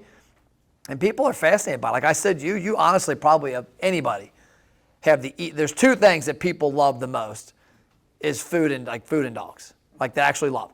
Like I can walk in my house, I can go out of town the next 10 days. And I could walk in the house the same time the dogs do. And my wife will be like, oh, Weenie! Forget Matt. Like my daughter, when she comes home from college Saturday, I guarantee you the first thing she does is go and love on the dogs. Well, it's funny, that's one of the things we've trained our front desk to do is greet the dog first. Yeah. The human comes second, and crazy dog people, Yep. they love that. Yeah. There's so much stuff out there. I don't know if you know Matt McGlasson or not, but he's a veterinarian locally, goes to our gym, and so I follow him on TikTok, and he does all sorts of crazy stuff. Now, I don't think he has a podcast I've ever seen, but there's so many aspects of storytelling that if you had because we're always looking for quiet environments for a podcast. Yours could be better as a podcast that behind you is a shit show of a billion dogs. They'll be able to hear the audio fine. Right. And it's like, hey, this is Bark at Me Now. Because you're going to hear a lot of barks in the background. We're going to talk. I got Matt Plapp, who's a local business owner, talk about your restaurant, whatever. I mean, there's so many different things. Everybody thinks that it has to be so structured and so exact. It's like I was telling Lytle. He's starting up with our company. We're doing his podcast, and we do it behind the scenes. And his is pretty simple. I want you to find 52 people that own businesses from here to Louisville. And we're going to go on site, and we're going to find out what they do on site.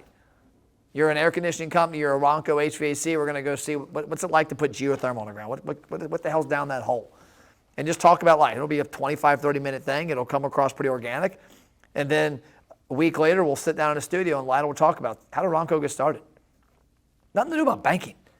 Maybe about Ronco, about that. Well, the next thing you know, he's got content out there. And you look back in a year, and he's got 52 podcasts on Spotify, iTunes, Google Play, and Stitcher, YouTube. There's 5 times 52. My Lloyd Mass says that's like 260, I think, somewhere around there. Probably not. I cheated, but it's up there, 200 something. And then those 260 pieces of content The way we do things, and this is how you can do them, is we chop that up. We call it, was I right? Yeah. Yes. Thank you. Didn't even need my calculator. It's like when you go to Paul Brown Stadium, they had the calculators, and it'd be like $4 for a pretzel and $6 for a beer, and they'd go, $10. You give them a 10, they go, no change. But when I look at that, now I've got that 260 pieces of content out there of me talking. If one person is impacted by that long-form content, that's 260 people. Most businesses think that their business has to be 1 million people. I tell restaurants, 600 people. 600 people is all it takes. If you deeply impact 600 consumers to walk in your restaurant more often, you just dominated. Yeah. And most of them think, oh, I got to get 10,000. No, you don't. Like me, I don't look at my stats for the most part very often because I don't want to give a shit. Because if I have a TikTok that gets 200 and an Instagram that gets 100 and this one gets 5, like my mom is the biggest fan I have on anywhere. Like I could put on there, just shot a guy in the face, run from the cops. She'd be like, oh, I love you, honey. And she'd share it. And then she'd read it and call me like, what's going on? And that's the other comment part. By halftime, I do make a post that makes complete sense, and my mom reads it wrong and tells my dad. My dad calls me and yells at me. I'm like, what? I said I'm doing this. Oh, okay, I get it. My bad, and hangs up. But when you look at that content, so let's say that 260. You have 260 places that your podcast is on. Well, then you chop it up. You take 6 fire clips. Like if you look on TikTok, you'll see, BJ David, you'll see BJ on there. There's a story of him and his dad talking about how they came up with the idea where he decided to do window cleaning. There's a story on there where he couldn't get a job after he got out of the restaurant business. Nobody hired him in sales. And so we take that and we chop it up. Now I've got 6 TikToks. So take that 250 at 6 TikToks a week, 6 Instagram stories, 6 Instagram posts, 6 Instagram reels, 6 Facebook posts, 6 Facebook stories, 6 LinkedIn posts, a blog post, an email, a text message. There's 10 times. Next thing you know, you've got 200,000 pieces of content out there, not counting people clicking, liking, commenting. You've just had an impact of probably 1 million plus done correctly in 12 months. You do that for 4 or 5 years, and you got your own fucking chart that goes up. Because I've seen it. That's the part when I had a client of mine asked me, literally sitting there one day in that office 6-7 months ago, and we had the van there and the Lambo, and he's like, how'd this happen? Like, what do you mean? He's like, I've known you for 10 years. And I knew when you hired Ashley, when you announced at a B&I meeting in 2010, 11, you said, I'm looking for help, and you took Ashley on, and she became your first person. Because when I started the company, my whole story was I didn't want one single employee. We had 40-plus employees at the boat dealership. I was a terrible boss. I hated it. I didn't like having people that depended on me. I wanted to be, if I screw up, I screw me up, not anybody else. And then it went to Ashley, and then it went from Ashley to like 5 or 6 part-timers, and it went from that to Tanya to just, I don't know, there's 40 or so people full and part-time now. And he said, how did this get here? I literally had to think. I'm like, shit, I don't know. And I started to think about it, and I looked back at my timeline for my company, my sales, because I put this together for Lytle Thomas when I was pitching him why I needed him as a support to grow this company down the road, because I don't want to take outside capital. I want to do this my way. And I looked at it, and I had 2 options, a banking relationship, which I hadn't had, or outside investors, which I had people calling me. And I said, I want the banker route. So I looked at the banker route, and I said, I got to tell him a story. I got to see why. And I didn't know the answer. And I looked, and my sales climbed every year a little until the year when I literally made my mind up to get on video and tell the story. Because I used to always brag back from like 2010, 2015. I used to literally, my tagline, when people would ask me, I'd say, if I had to market, you shouldn't hire me. And now I think the opposite. And then people, how's business? Well, business is fucking amazing because I'm amazing at marketing my business like I'm amazing at marketing yours. But when I started marketing my business through social media, email, text, podcast, videos, 2015 to 17 is when I tried to, like I was in that mode where you guys are all at. There was a lot of bumps and bruises, but when it got to 17, I mean, Tim knows me probably better than anybody in this room. I mean, my entire life's chronicled on there. And I don't give a shit if it bugs people or not. At the end of the day, if it bugs you, you ain't buying from me. If you ain't buying from me, have fun. You know what's incredible about this graph is the person that I've had most on both of my shows, on digital hospitality, on restaurant influencers, is Sam the Cooking Guy. Does anyone know who Sam the Cooking Guy is? How many people? You watch him every week? So the lesson that he shared through a story is For 7 years, he was producing content for YouTube. Granted, he had a cooking show in San Diego. He had 16 Emmys. Like, he was doing a lot of food media. But on YouTube specifically, 7 years, he had built 30,000 followers. 30,000 followers, which is a lot of followers. Now he's like 1.2 million. Now he's at 3.2 million. Is that right? But it took him 7 years, him and his son, for them to figure out what they were doing on YouTube. And that really looks like this graph. And for us, we've been doing it for 14 years, but we've been podcasting for 5. Well, the dynamics between Emacs and Chance is really Correct. fantastic. But are you willing to do the long haul? Because what we're talking about isn't just saying I'm going to do the podcast for 1 year. I'm going to do it for 2 years. So are you going to be a media company for the next 7 years to start to see what Sam the Cooking Guy, after 7 years, they went from 30,000 to 1 million the next year, to 2 million the year after that, to 3 million. To go, hey, I came to Matt Plapp, we came to America's Best Restaurant, Deep Work Studio. We heard him talk about becoming a media company, and now it's 2030. Thank God I started in 2022. Oh, and by the way, this guy, Grant Cardone, it's funny, he gets a bad rap because he's aggressive, he's in your face. He was, 2008 when the economy collapsed, he was forced to sell one, because his note got called on a condo development he had. He was forced to sell it. And from what I understand, he netted about $2 or $3 million, so he wasn't broke. But he took his 4-person company, went from California to Florida. From 50 to now he's 65. He's went from being worth about $1 million, net, liquid, to he's basically a billionaire at this point. In that time. And it's funny because like we all think, like I remember I had aspirations of my business from when we had our boat dealership, we had great aspirations, and then we realized we all hated it, wanted to get out of it, and we were on our way out of it, and then the economy crashed, and it's like, hey, get the hell out. And we're like, okay, see ya. And then when I started this company, I had these aspirations, and I got to 2015 where I had settled that, okay, I'm going to be this guy. We're going to have 1 or 2 people. We're going to do this. And when I met a friend of mine, Billy Gene Shaw, out in California, met him, saw him on a Facebook ad, went to a landing page, watched a webinar, and the first time I met him in person, it was February of 2017, and he knew my backstory. He's like, you were Gary Vee before Gary Vee. And I'm like, huh, yeah, I guess I was. And he goes, you know the difference? I go, what? He goes, you didn't have the balls to videotape it the last 10 years. And I didn't. I was scared shitless. I hated it. I remember Troy McCracken has a company, I don't know what it's called now, he's McCracken & Associates, it used to be called Spectrum, it's an IT company up in Mason.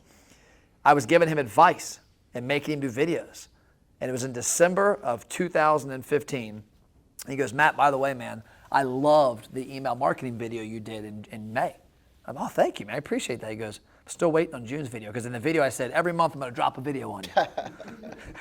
And I hadn't done one, because I kept having excuses. That's why monthly sucks, to be honest. Yeah, with you. that's honestly, monthly is like the worst. When you're thinking about content creation, anything, it's the worst thing you can do, because there's 5 weeks, 4 weeks, this holiday, that holiday, this excuse, that excuse. It's fucking daily or weekly. Do you know BNI experimented with that? Daily, it was Atlanta, Georgia. They experimented with monthly meetings and bi-weekly meetings. And there's all this arguments why it needs to happen. And that was what happened. They had a higher level, like, I don't know what it was called, but it was a, Brennan was telling me about it one time. It was a CEO level BNI in Atlanta, and they met every month. But what ended up happening was so-and-so was on vacation, this guy was here. You never had your meeting because everybody was gone. That's why it had to be weekly. And so it's the same with content and storytelling and doing this type of stuff, is that to me, it just makes you stand out. And I look around and it's the same thing. Like I'll ask, Logan, you've been here, what, 4 months? How many times you see me not wearing an orange shirt to work? Never. How many times you not see me wearing orange shoes? How many times you not see me wear dumbass socks? How many times have I not said a D's nuts or that's what she said joke? It's Did it like 8 times. Yep. It's every day. That's one of the things I try and I practice as much as I can what I preach. I am on video every day. I wear the consistent thing. I literally get asked on a every other day basis somewhere. Somebody will bring up the orange in relation to a referral for me. This lady right here, yesterday,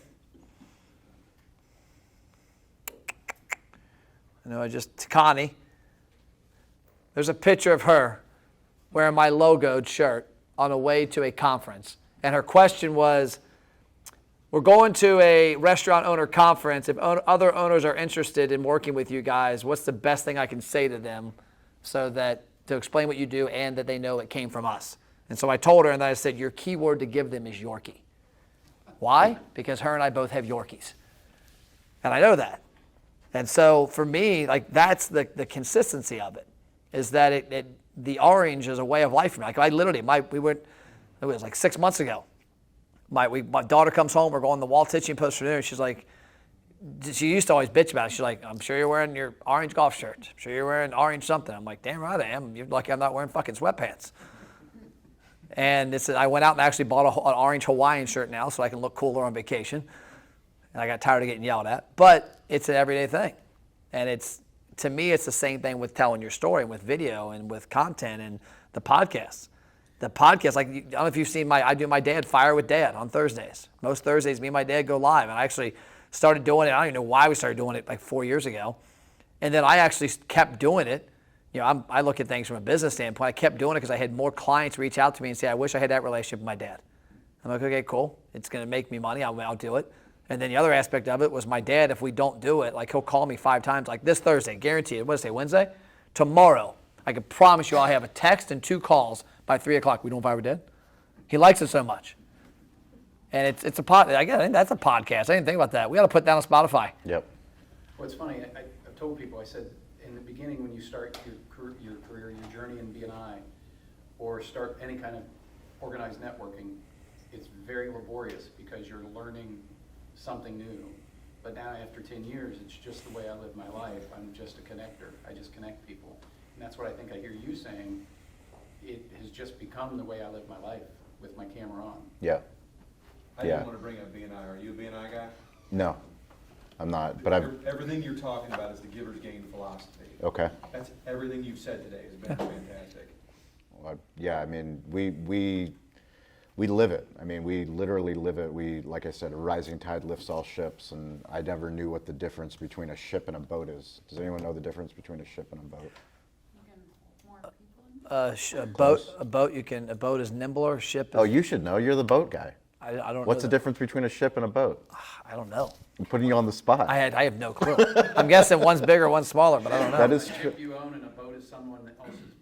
A boat can fit on a ship. A ship can't fit on a boat. So I had always been saying a rising tide lifts all ships. Literally, that's how we built our business, our barbecue business, our media business. But my best friend of all people told me the difference, and what he said made sense, and it made the story better because we're recruiting other ships. Like, it's not about, like, there's enough for everybody. You know, each person can become their own media company in their own industry, in their own village. I mean, the reason I believe so deeply in this is I go to Bulgaria. My wife is Bulgarian. Every single year I go to Bulgaria. I used to go for 10 days maximum because we were running the restaurant. Now we're doing the media business. If there's internet in the village, I can do whatever I need to do. But I go over there and I talk to shop owners. Her best friends that own restaurants, that own retail shops, that own automobile. I tell them the same thing that we're talking about today. It's no different in Bulgaria than it will be in Singapore, than it will be in Dubai, than it will be in England. It's all the same. We're talking about all the same stuff. And your success doesn't take a crumb of food off my plate.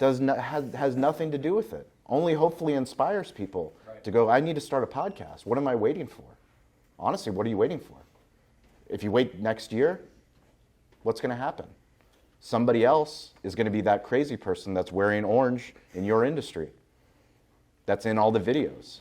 Because we all scroll through all these different social feeds. You go through LinkedIn, you go through Instagram, you go through Facebook, and you go, why is this guy coming up? Why is this girl coming up? Why isn't it my business? The answer is you. That's the uncomfortable answer. It's you. You gotta get over yourself. Get over all your fear. And back to what Matt said, I'm the same way. I do one take. My video team, they know if I have to do 2 takes, it's shittier. 3rd one's even worse. 4th one's even, because now I'm thinking about what I'm saying. But now because I've been doing the reps, literally I know, David could say 60 seconds, Shawn, go. I know exactly in my head what 60 seconds is because that's all the videos that I do because I do it for Instagram Reels. Short form video. Now we're trying to even make it even shorter. I heard it was because of your love life. That's what my wife would say. Yes, that's what my wife would say. But I mean, but my wife, but my wife gets it too. Like my wife and my family and my kids, like it's part of who we are, and that doesn't mean that you have to share how your family is, because a lot of people that's personal. But for me, I don't know any other way to live. I'm not segmenting my business and my personal life because it's one life. That's who I am. That's why my family's here. Like Matt's like, he invited me to come here. I said, I'm bringing the wolf pack. It's my wife, it's my son, it's my daughter. We roll together, we produce content together. Your son's a trip. He gets off the plane, he walks up to David, he's like, where do you live? What kind of car do you have? Where are we living? Big time extrovert. You think I talk a lot. Jesus, my son, he's the best. But yeah, no, I mean. Any questions, Mr. Mastercraft? What do you sell? If he doesn't have questions, I'm going to be shocked. He's got a glorious beard. I don't know what I do. I don't know what I sell, man. Come on, we got to work on Did you your buy your elevator Mastercraft pitch. from Jason Haynes? Nah, from Tim. Okay. What's your elevator pitch? I don't know. 60 seconds. Who are you? What do you do? Like, all kinds of everything. Run a mortgage company, build houses. What do you love? What pulls you out of bed in the morning? I do literally, my daily is just whatever I want to do. What did you want to do today? Why did you come I here? do rehabs. Honestly, I didn't even know what I was doing. I had no idea what I was coming I thought you were to. just going to show me some podcast stuff, to be honest. I love it. Kidnapping. This is a seminar day. That's fantastic. So yeah, that's kind of how my life goes. I like to build houses. I rehab houses, but yeah. And I mess with everything. Like epoxy was my game for a while. I build fire tables. I jack with electronics. I also can computer program. So like I do whatever I want to do. Build So there you go. You can have 52-week podcasts on the 52 things you do. Dude, I do a lot of shit. Literally. Yeah. If I had a business opportunity, Brandon would be the one I would run it across. Yeah. He's very smart. He acts like he's stupid, but he's not. He's the smartest hillbilly I know. Yeah, bougie hillbilly is what they call it. Bougie hillbilly. I call Sounds myself like a a good refined show. hillbilly. I'm a refined Kentuckian.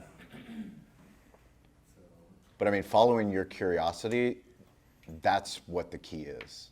Like if you're not excited about it, you can't get anyone else excited about it. I mean, when I first started our first podcast with my co-host, like I had to drive the ship. And it's not that he wasn't great, he was phenomenal. Derek was a phenomenal co-host, but like I was the reason why, because I made sure that every single week, no matter what, we were gonna publish that. And it's like, you have to follow what makes you excited. And once you figure out what makes you excited, you realize if someone has the internet, literally 7 billion people on this earth, however many people have access to the internet, whatever you're passionate about, someone else is passionate about it too. That's where you find your tribe. I mean, after this afternoon, I'm gonna be on a Clubhouse call. That's an audio app. Clubhouse is an audio app. I've connected with restaurant owners, media professionals, marketing professionals all over the world on Clubhouse. Literally, and we're building a community on Clubhouse where every single Wednesday, every Friday at 10 a.m. Pacific Standard Time, I'm on Clubhouse.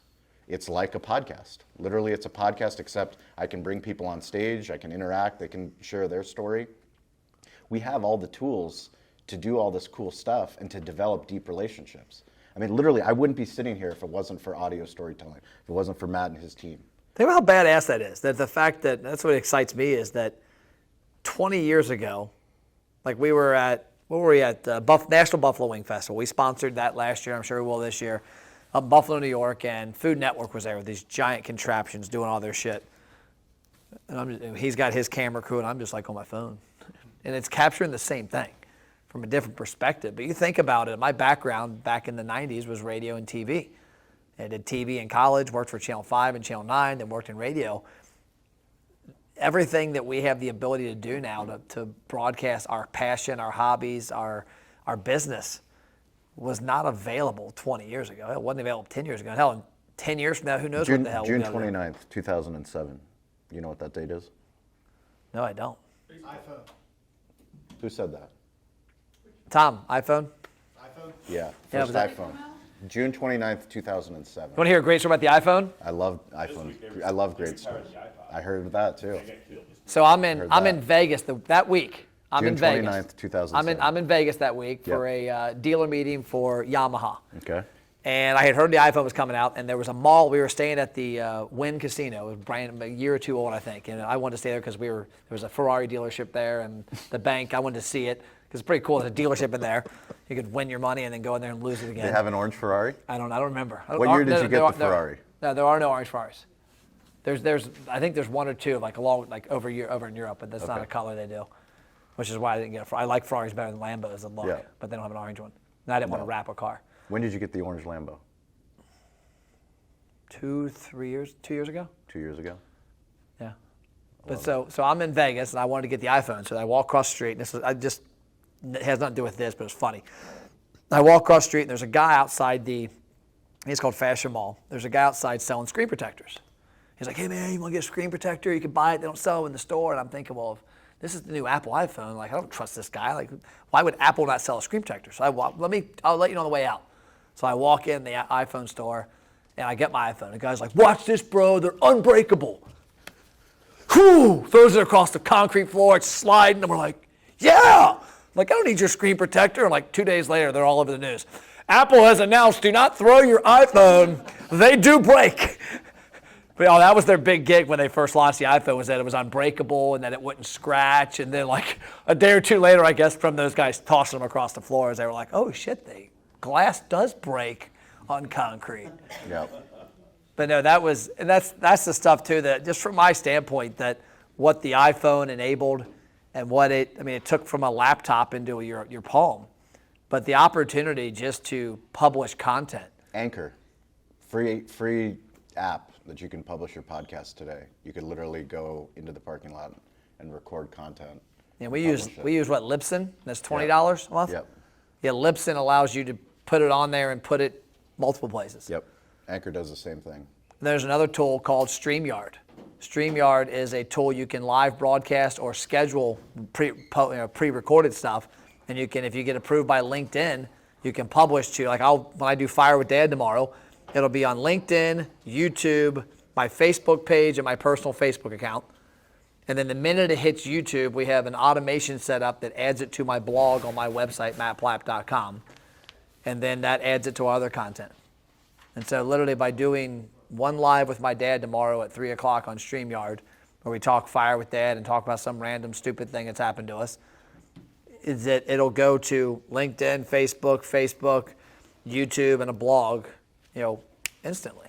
But the biggest thing I'll say, because everybody here is new at it, is find the least friction point. The minute you buy a camera, you got to learn, you got an editing software, you want to put logos, literally take your phone, put it on an iPod, use some AirPods if you want to, and start telling stories. Telling stories about the dog. Hell, that might be cool, because I'm sure you got dogs that come to your place every week. I mean, my wife watches dogs, friends' dogs occasionally. Like Steve Kane's Cola comes to our house. And Cola loves our son, Cole. Literally, she walks up to his door when she comes out. She goes up the stairs and goes to his door, like waiting for him. Buddy is a dog we're watching right now. It's a friend of Steve's.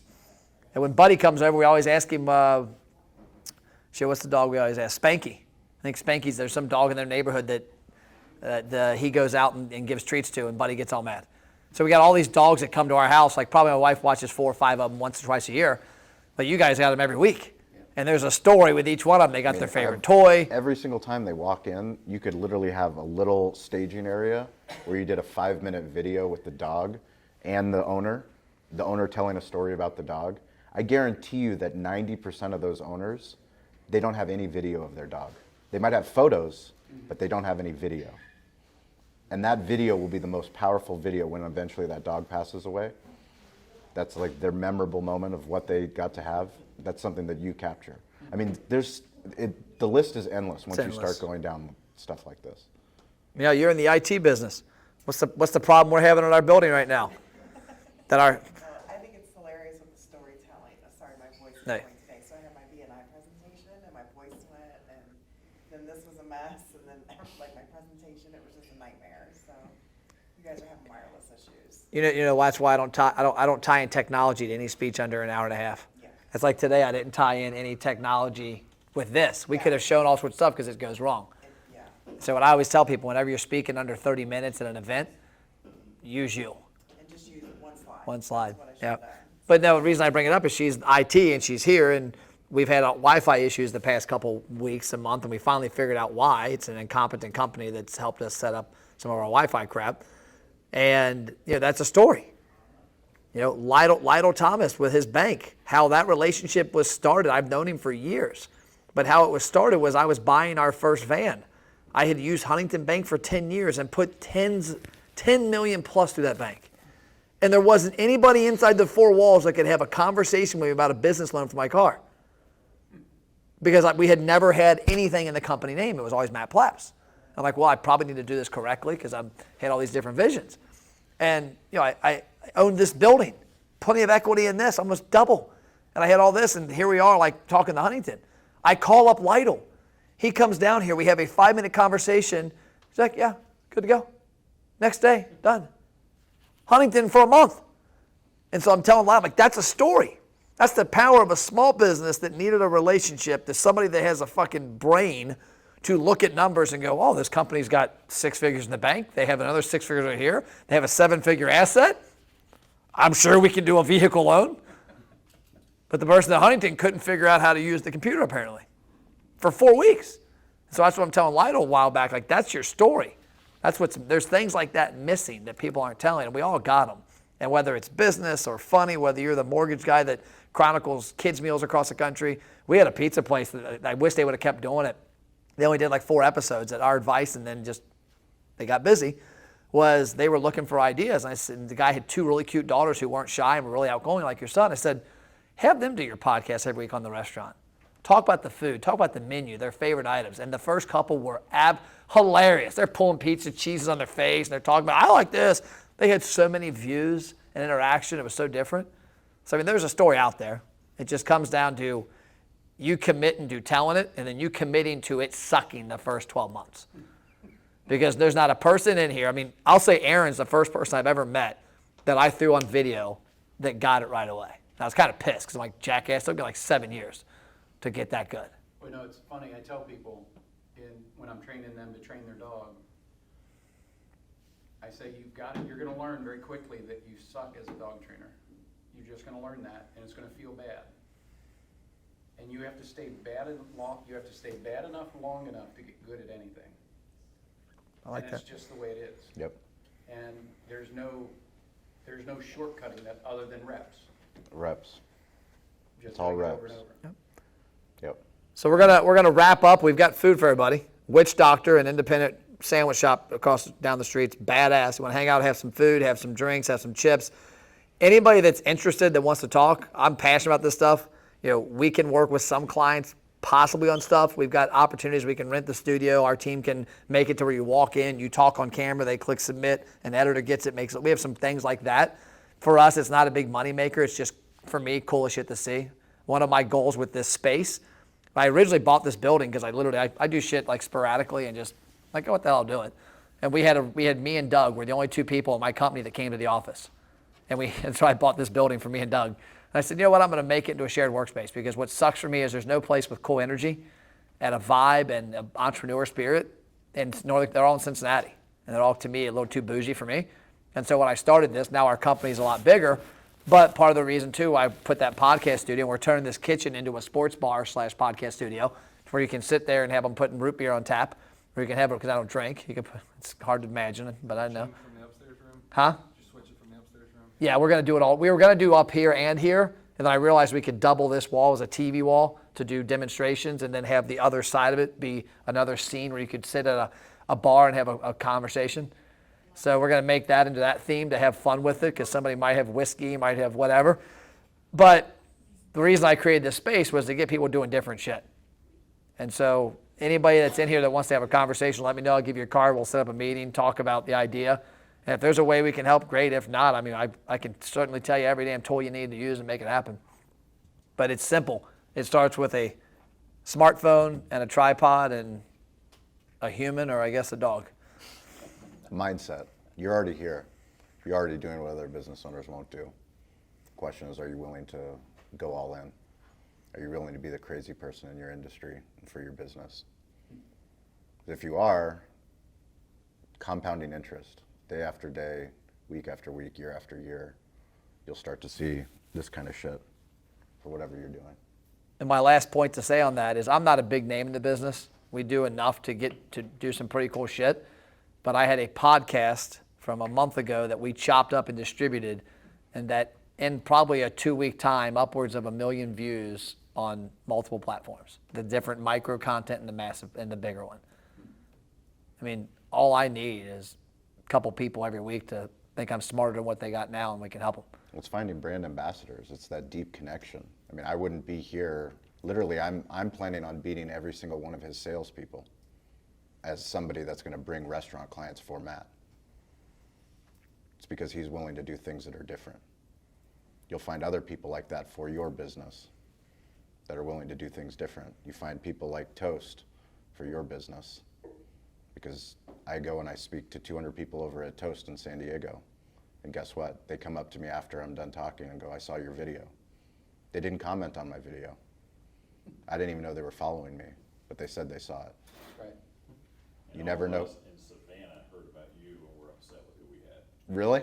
Yes. What happened? Much the Eastern Seaboard, we were all in Savannah last week, and somebody said that you were in San Diego, I think. Wait, Yeah. the guy's name. With Will? Yeah, with Will. The guy I throw under the bus in all my You throw him videos? under the bus.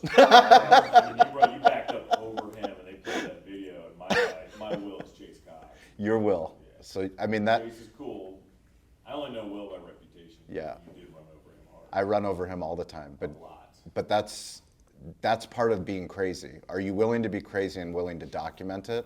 Because if you do, you pull other people into the story, and the story only gets better. Like, if you document whatever you're doing, that story will only get better.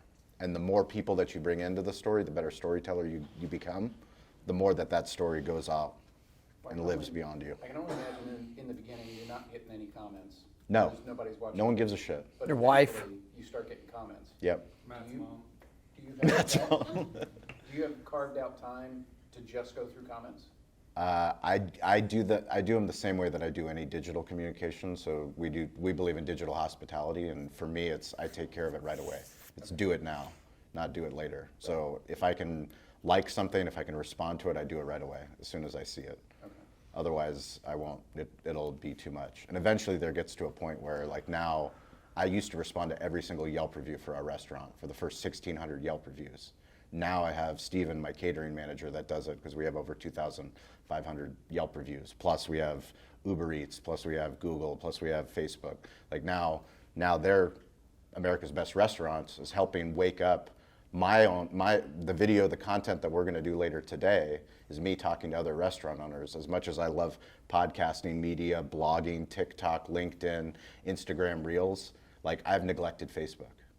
And America's Best Restaurants And said, email hey, and email and text. and email and text and said, hey, like, what are you doing with your CRM? Why aren't you tying in Toast? Why aren't you tying in MailChimp? Why aren't you doing something to take care of your VIP customers? Why don't you use the 25,000 Facebook followers that you have, Cali BBQ? Why aren't you targeting them? Why aren't you asking them to come in? Those 600 people. It was through content. I said, Matt, let's figure something out. Let's do something together.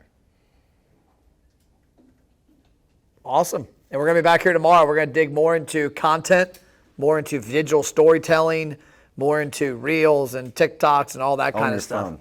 On your phone. On their phones, too. On their phones. On your phones. Your phones and their phones. My phone and their Everyone's phone? phones. Okay. I got 2 phones.